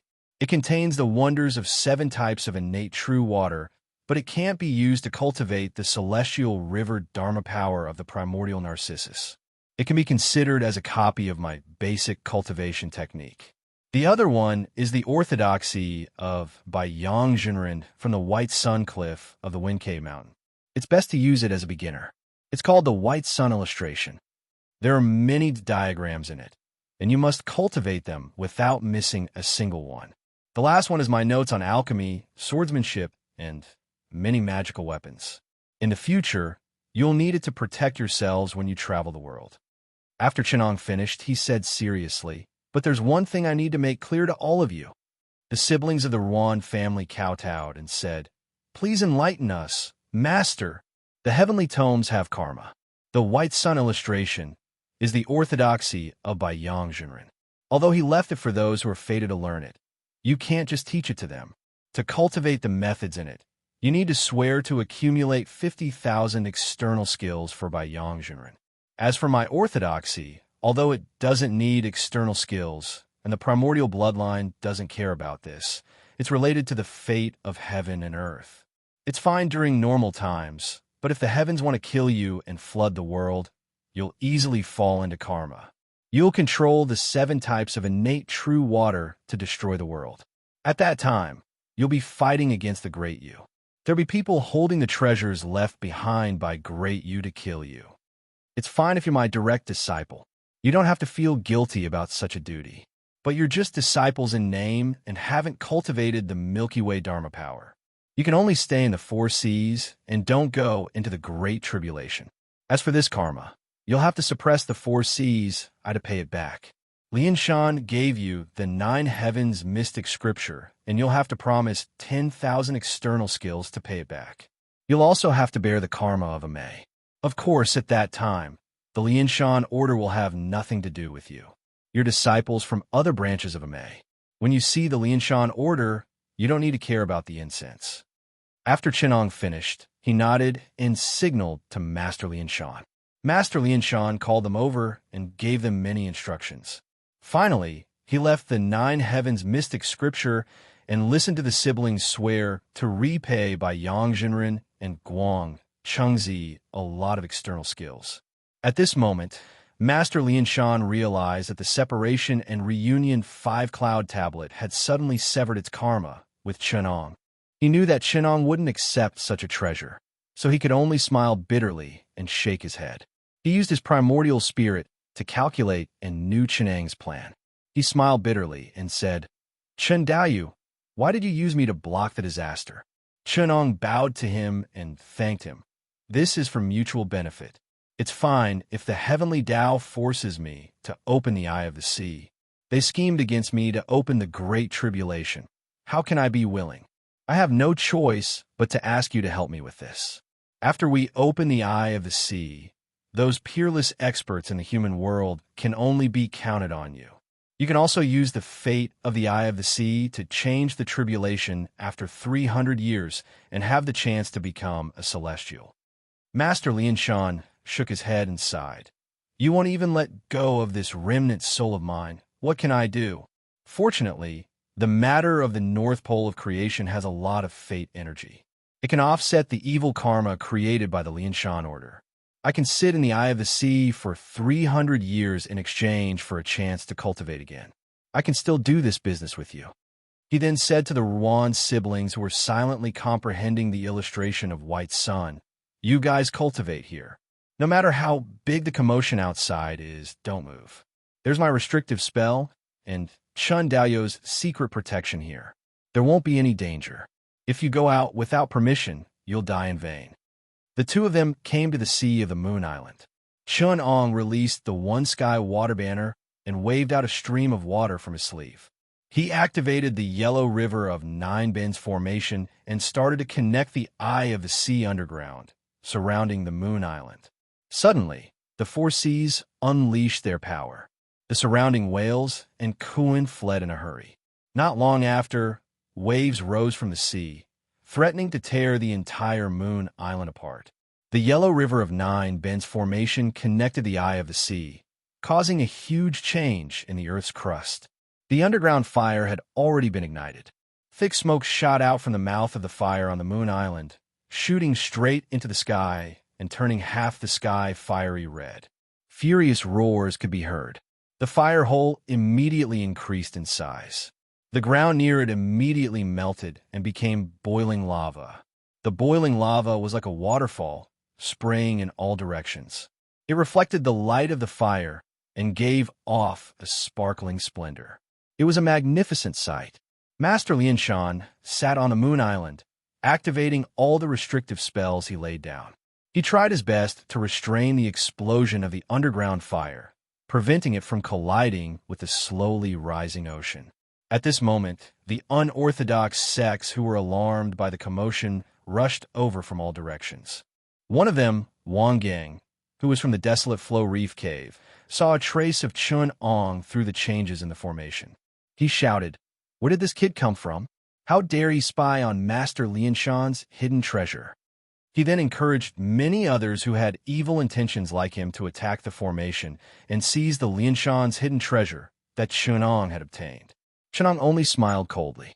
He launched all 12 primordial waterscape swords, cutting all the unorthodox demons who dared to make a move into two. Even their primordial spirits couldn't escape. They were considered as 3 animals sacrificed to the Eye of the Sea. As expected, after this calamity, the earth shook and the mountains shook. As the sea surface near the Moon Island was shattered, an enormous Eye of the Sea broke free from the earth's crust and swallowed the entire Moon Island. Chapter 463. Chun Ong used the Nine Bends Yellow River formation to draw upon the power of the Eye of the Sea, sinking Yu Air Island into the Eye of the Sea.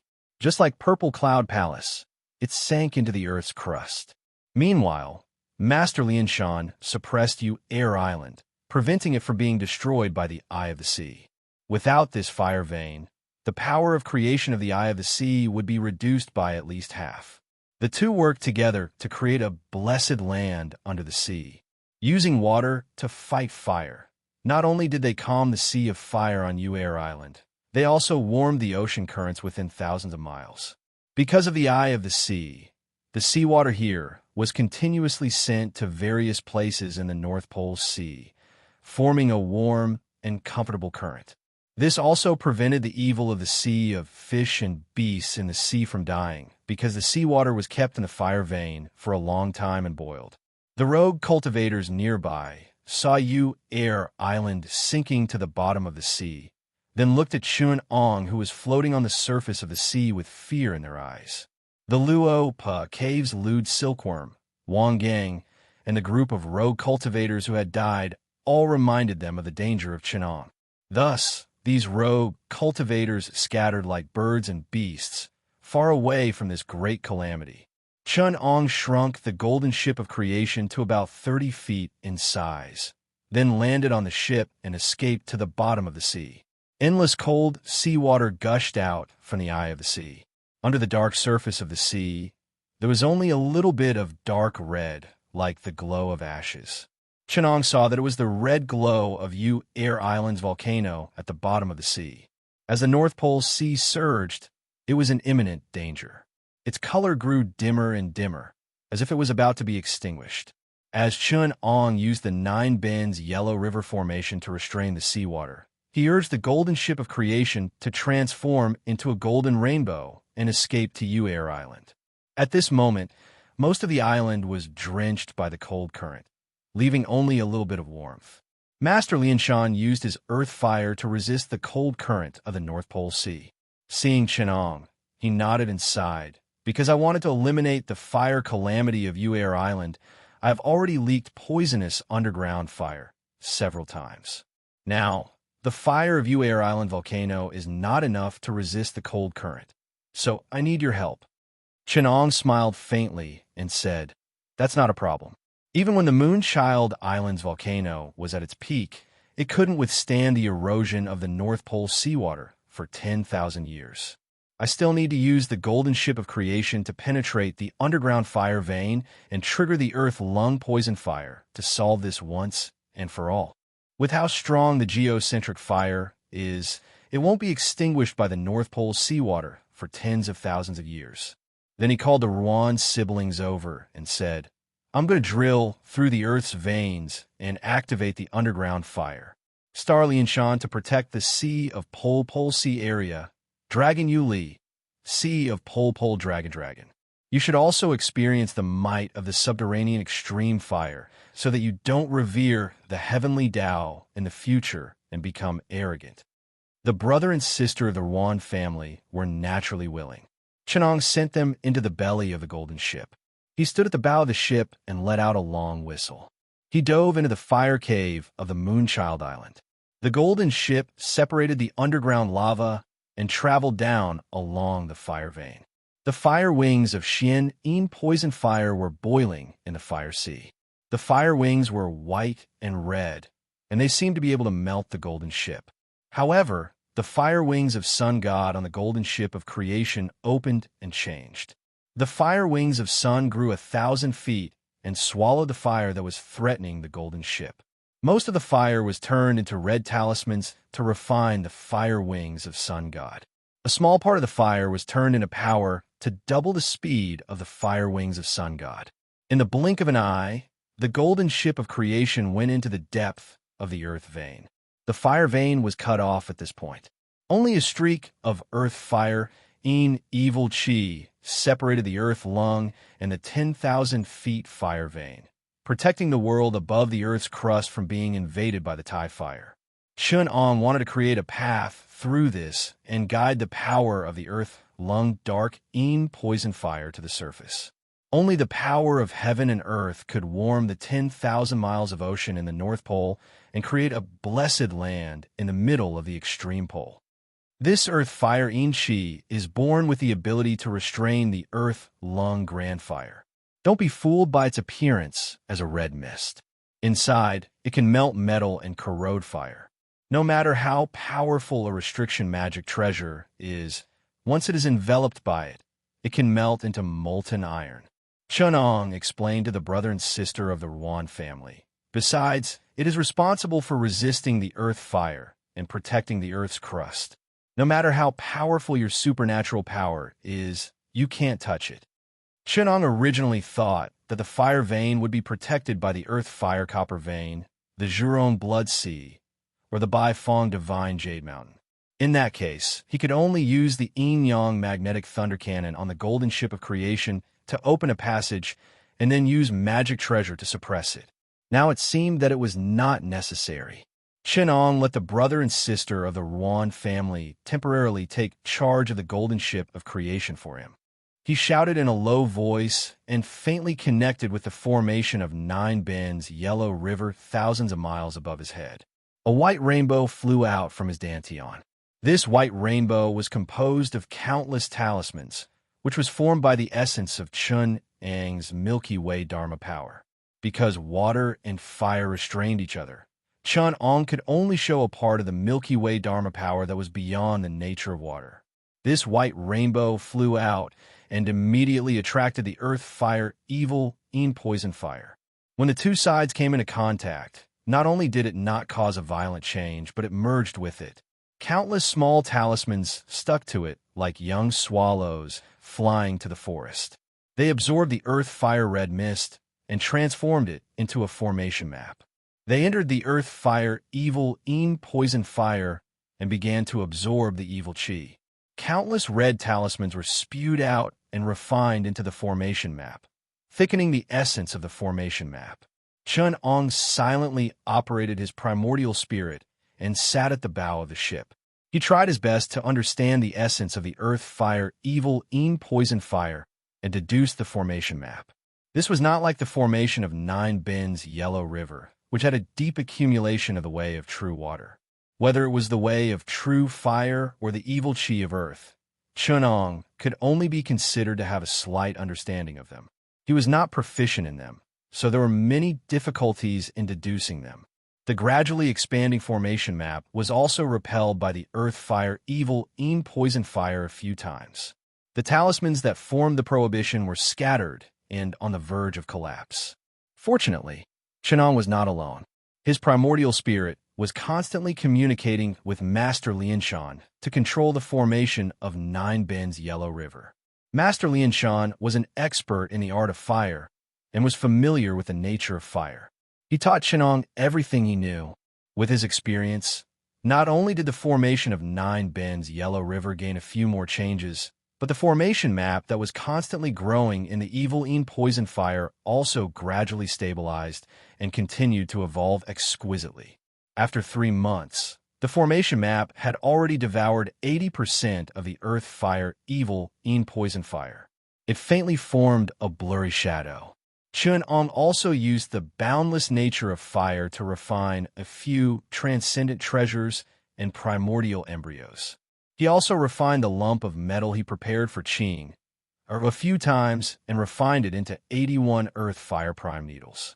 These needles were specialized in breaking prohibitions and the evil in poison fire, as well as the true chi of the transcendent treasures that cultivators use to protect themselves. There were still dozens of days until the Dragon Boat Festival. Chun-Ong transformed the earth fire prime needles into a long rainbow and flew away. He also took the opportunity to tell Qing that he was trapped in the earth fire and could not help her. On the day of the Dragon Boat Festival, Chun-Ong knew that Qing's tribulation had begun. With the help of his earth fire prime needles, Qing was trapped in the prohibition. She still had to endure 10 more years of tempering before she would have the chance to escape. At this time, the chi of heaven and earth was of the utmost yang. It swept away the evil and poisonous things. Many evil in poison fire and bad luck temporarily lay dormant. Chapter 464. The boundless Taihua carried the power to burn the world as it rushed up along the underground fire vein. Molten lava wrapped around the precious minerals underground. The surging rich mineral veins were about to block the fire cave. When the Taihua rushed up to the surface, the passage would be blocked, and the force would not be able to pour out. The North Pole would probably collapse, and the unprecedented earthquake would destroy billions of lives. In the face of such terror, Chun-Ang's expression was calm. He activated the golden ship under him, and the 2 fire wings of the sun god flapped hard. The golden ship of fate suddenly returned to its size of 1,000 feet, flying in front of the Taihua. The accumulated gold and iron, as well as the treasures of heaven and earth, were all swallowed by the golden ship. The impurities in the fire vein that couldn't be melted were crushed by the golden ship he was driving. From time to time, the divine thunder cannon would explode and expand the fire vein by several times, reducing the tremendous impact force to some extent. When it reached the entrance of the Moon Island's fire cave, the golden ship turned into a beam of light and stopped.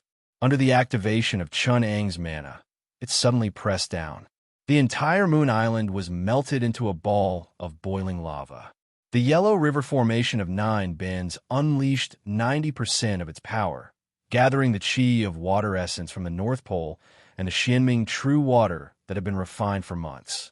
The coldness of the Xianming true water and the burning of the underground Taihua were guarded by the golden ship of fate.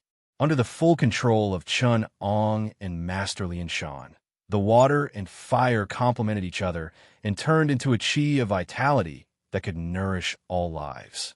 It slowly spread out.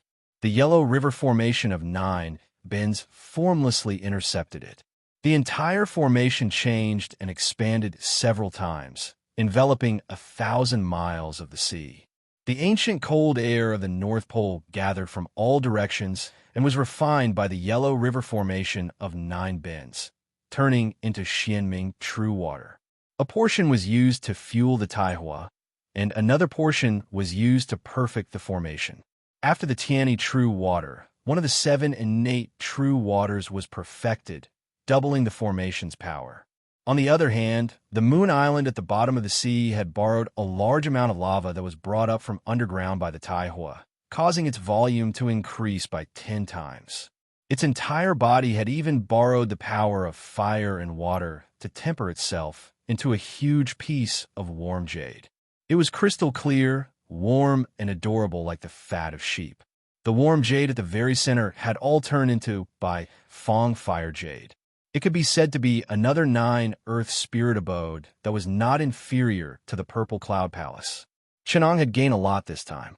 Not only had he accepted the overseas celestial abode that even Ling Xiao and Mauname coveted, but he had also used his good deeds of opening up the spiritual land in the North Pole and creating countless living beings to extend his own fate energy.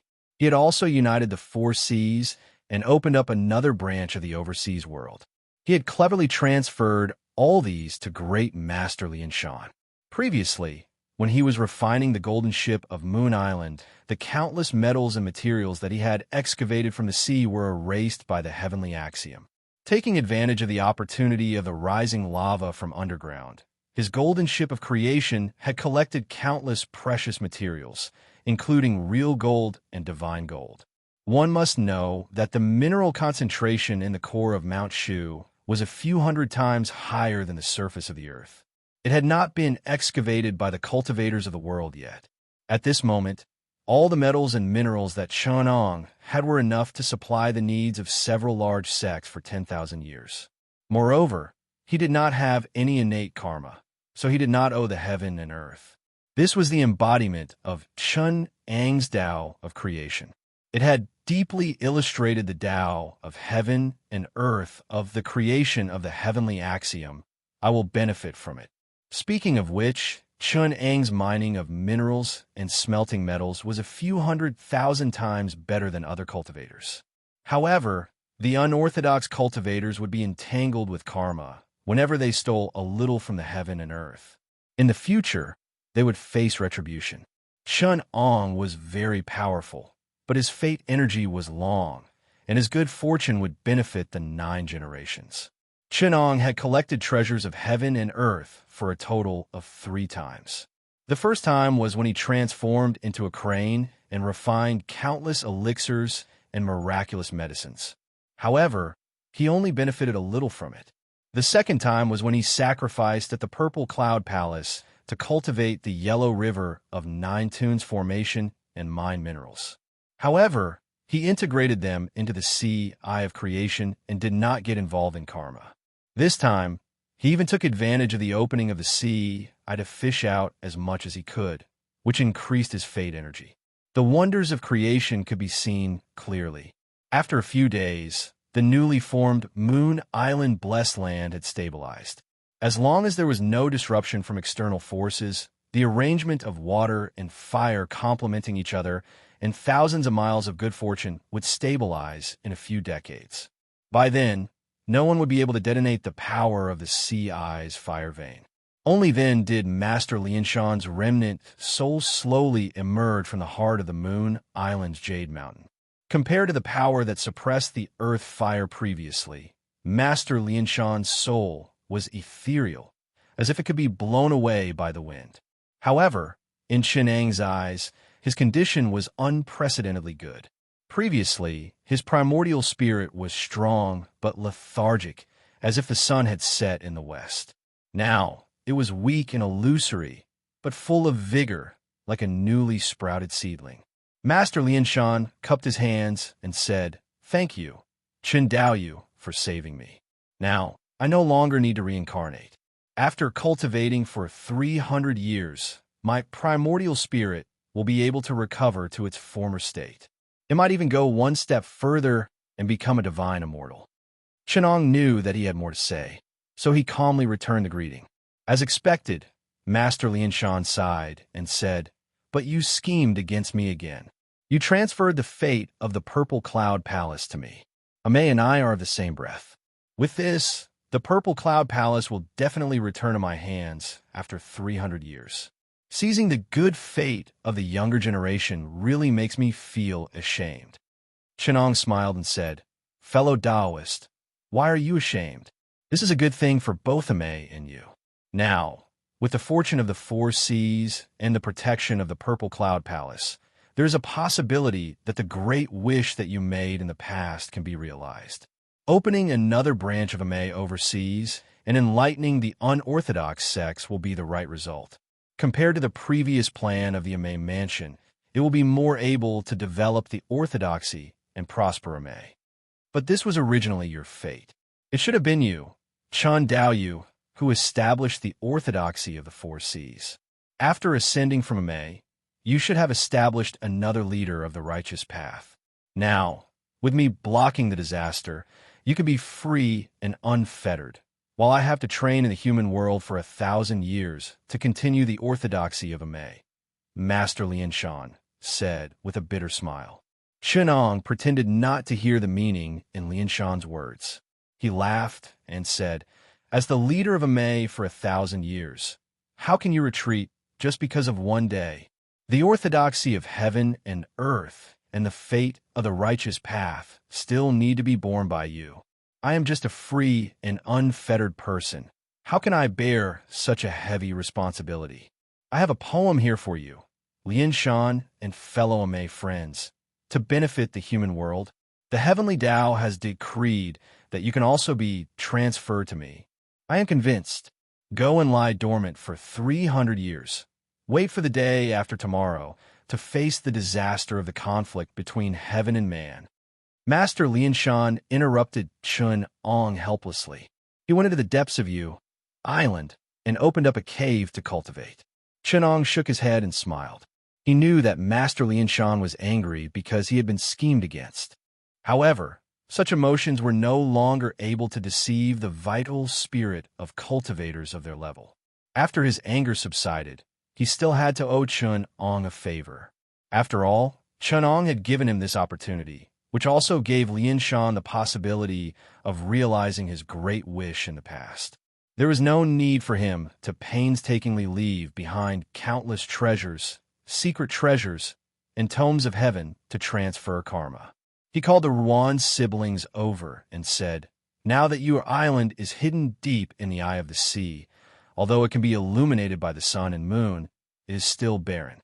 I have left behind a portion of the spiritual herbs and rare treasures in the Purple Cloud Palace. You can cultivate them carefully and decorate this jade island. Although the entire body of jade is not ugly, I love plants and flowers the most, so it will be good to decorate it in a unique way. There is the suppression of the Earth Fiend Heavenly Gate 3,000 miles underground here, and I have also left behind the Yellow River of Nine Bends Formation to protect it. With the two formations linked together, it is extremely safe and no one can sneak in. I can rest assured that you can cultivate in seclusion here. It is just that when I open the mansion, although I have killed many of the unorthodox schools to establish my might, the calamity has not ended yet. When you are transplanting spiritual herbs and rare plants in the nearby sea, there will be many twists and turns, and you will need treasures to protect yourself." Chenong pointed with his right finger, and 2 rays of light, one blue and one purple, entered the hands of the siblings. One turned into a pair of crystal-like scissors, and the other turned into a flying awl. He said, "This sea-splitting scissors and sea-breaking awl shall be bestowed to you to protect yourselves." When the 2 of them saw it, they could feel the power contained in it. It looked cute, and they liked it very much. In the end, Chun Ong instructed, because the lava of the underground fire vein is constantly replenished, the surrounding earth veins are constantly being enriched, and there are countless mineral veins and rare treasures being born. Our island is endlessly lucky, and we can use them to refine treasures. It is the heaven and earth's reward for me. As long as you do not overharvest and cut off the mineral veins, you can take as much as you want. Choose one of the few flying swords recorded in the sword refining method that I have left for you, and consider it as a lesson for you. He then waved his sleeves and said, "Go. I still have things to do, and I will leave in a month." He then ignored the two of them and turned into a long rainbow, merging with the yellow river of Nine Bends Formation. He borrowed the power of the formation to refine the Xianming real water and cultivate the celestial river mana. After this encounter, there was still some Xianming real water left in the formation, and with the North Pole's cold air constantly replenishing it, Chenong only took a month to cultivate the celestial river mana of the Xianming real water to a small success. The mana turned into a glacier river that could freeze the heaven and earth, and he left a part of the yellow river of Nine Bends Formation to suppress it. He then sat on the golden ship, triggered the heavenly star shifting, and fled to the East Sea. Chapter 465. The heavenly star escape technique used the eternally unchanging stars that hung between the two worlds as a guide, allowing one to travel thousands of miles in an instant.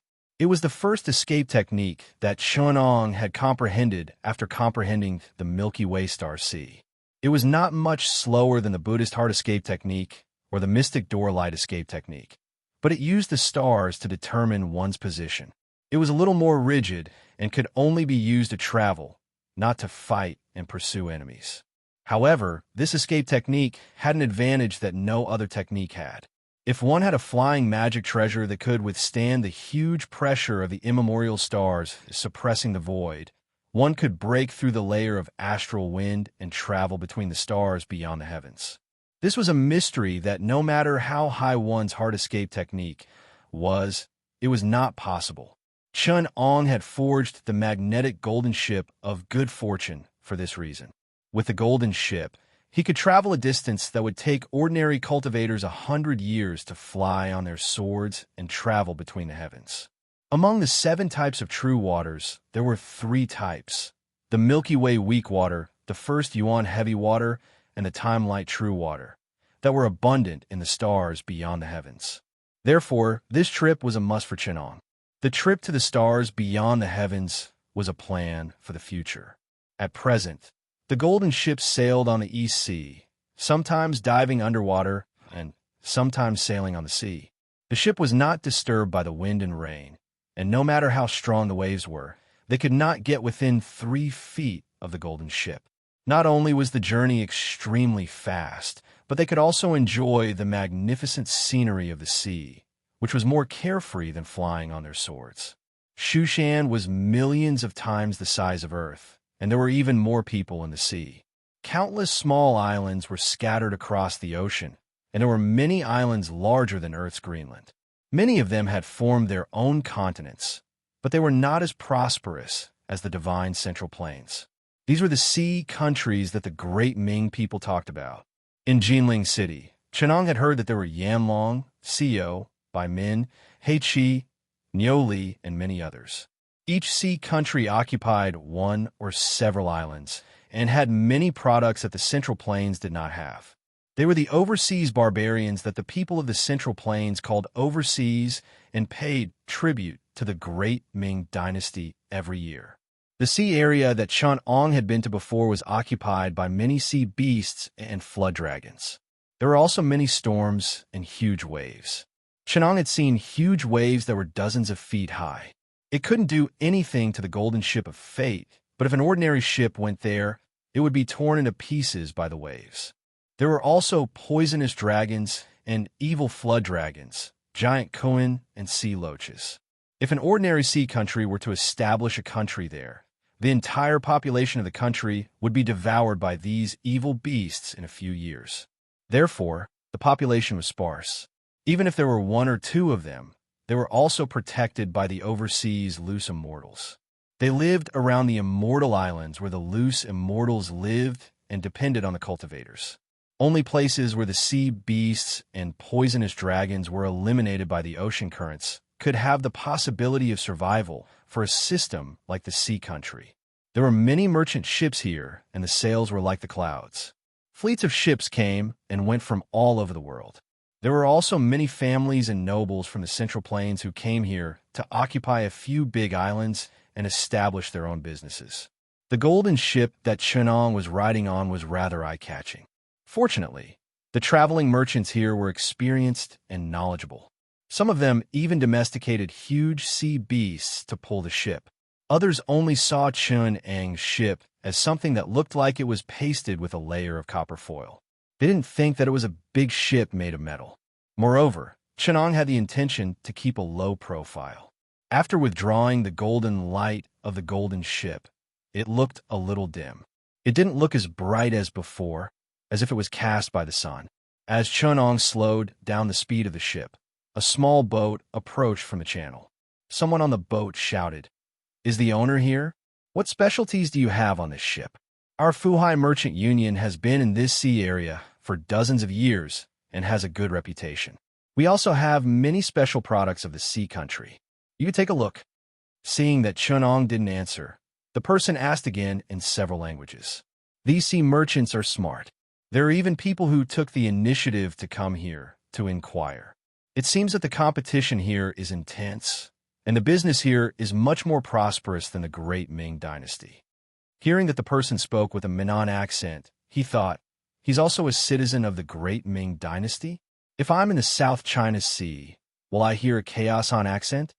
Wanted to take a look at the situation of the citizens of the Great Ming Dynasty. Chun-Ong pointed, and a rope was released from the golden ship. The person knew what he meant. Although it was strange that no one came to greet him, this was the most important part of the trade route. No pirates dared to do business here.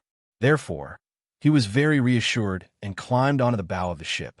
The person was a dark and skinny little man. When he came up, he only saw Chenong alone. His feet didn't seem to be stepping on copper foil, so he was secretly shocked. The person cupped his hands and chuckled. "Pardon me for disturbing you. May I ask what goods have you brought since this is your first time here?" Our Fuhai Merchant Union is the #1 merchant union here. We have goods from all over the world.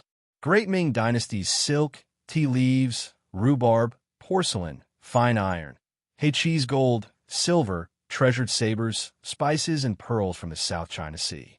No matter what you want, we can provide it. Chenong frowned and said, "I haven't introduced myself. How do you know that this is my first time here?"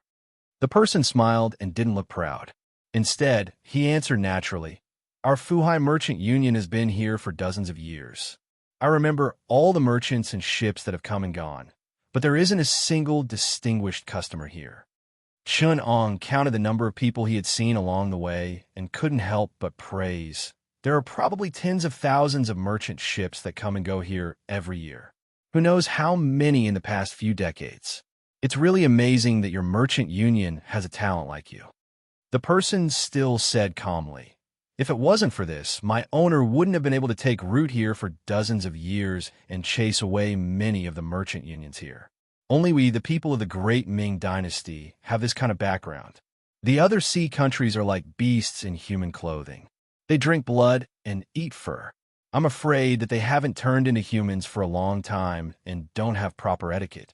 If you do business with them, it would really be a disgrace to your identity."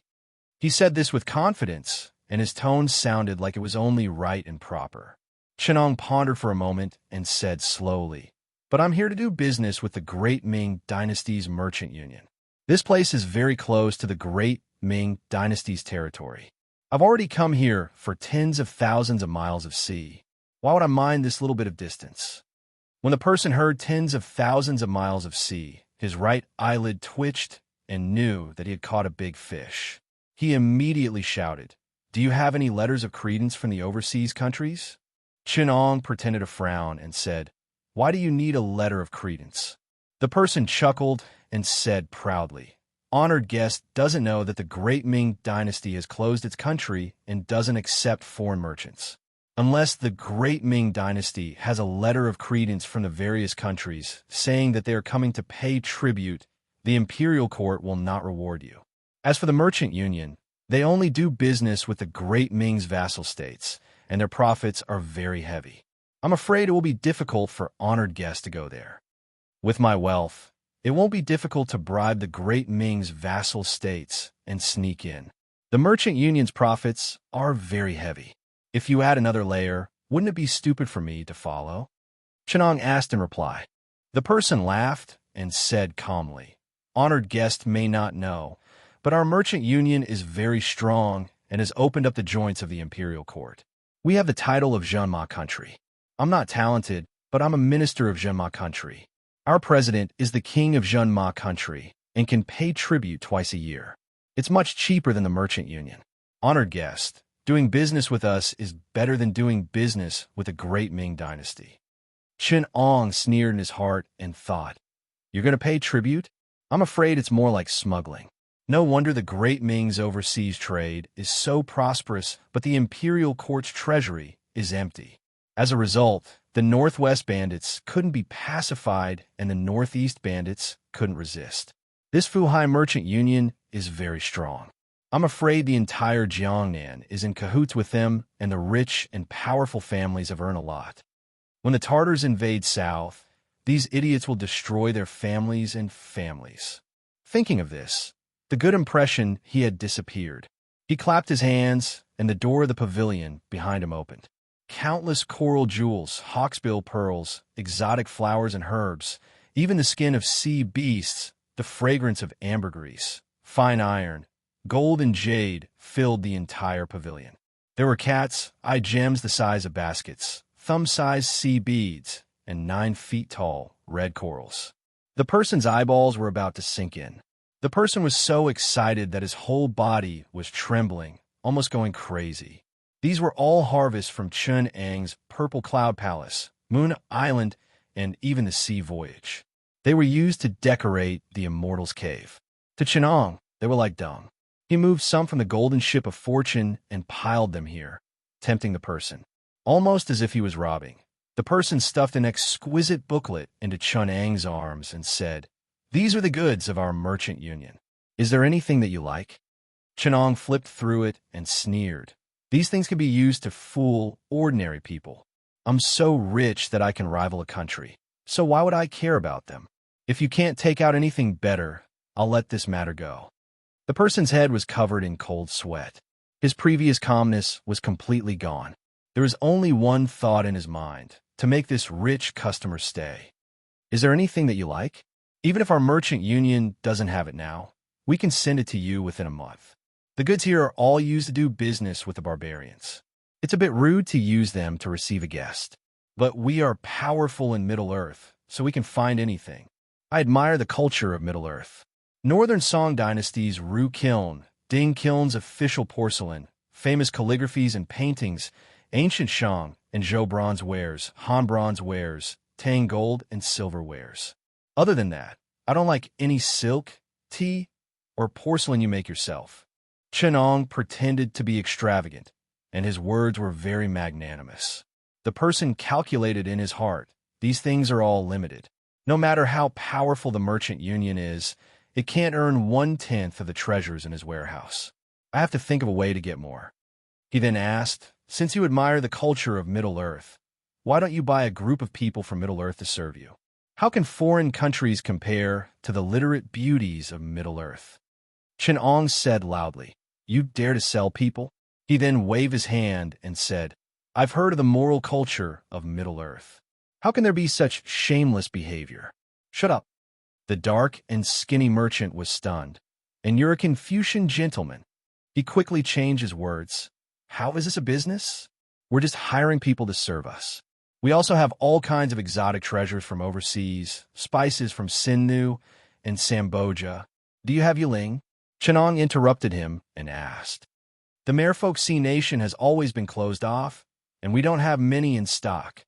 The person thought for a moment, and his eyes suddenly lit up. He thought, Isn't it better to sell exotic treasures than to sell gambling? If I can pique the interest of this rich guest, Wouldn't it be easy to get as many treasures as I want? There was indeed a rare commodity in his information.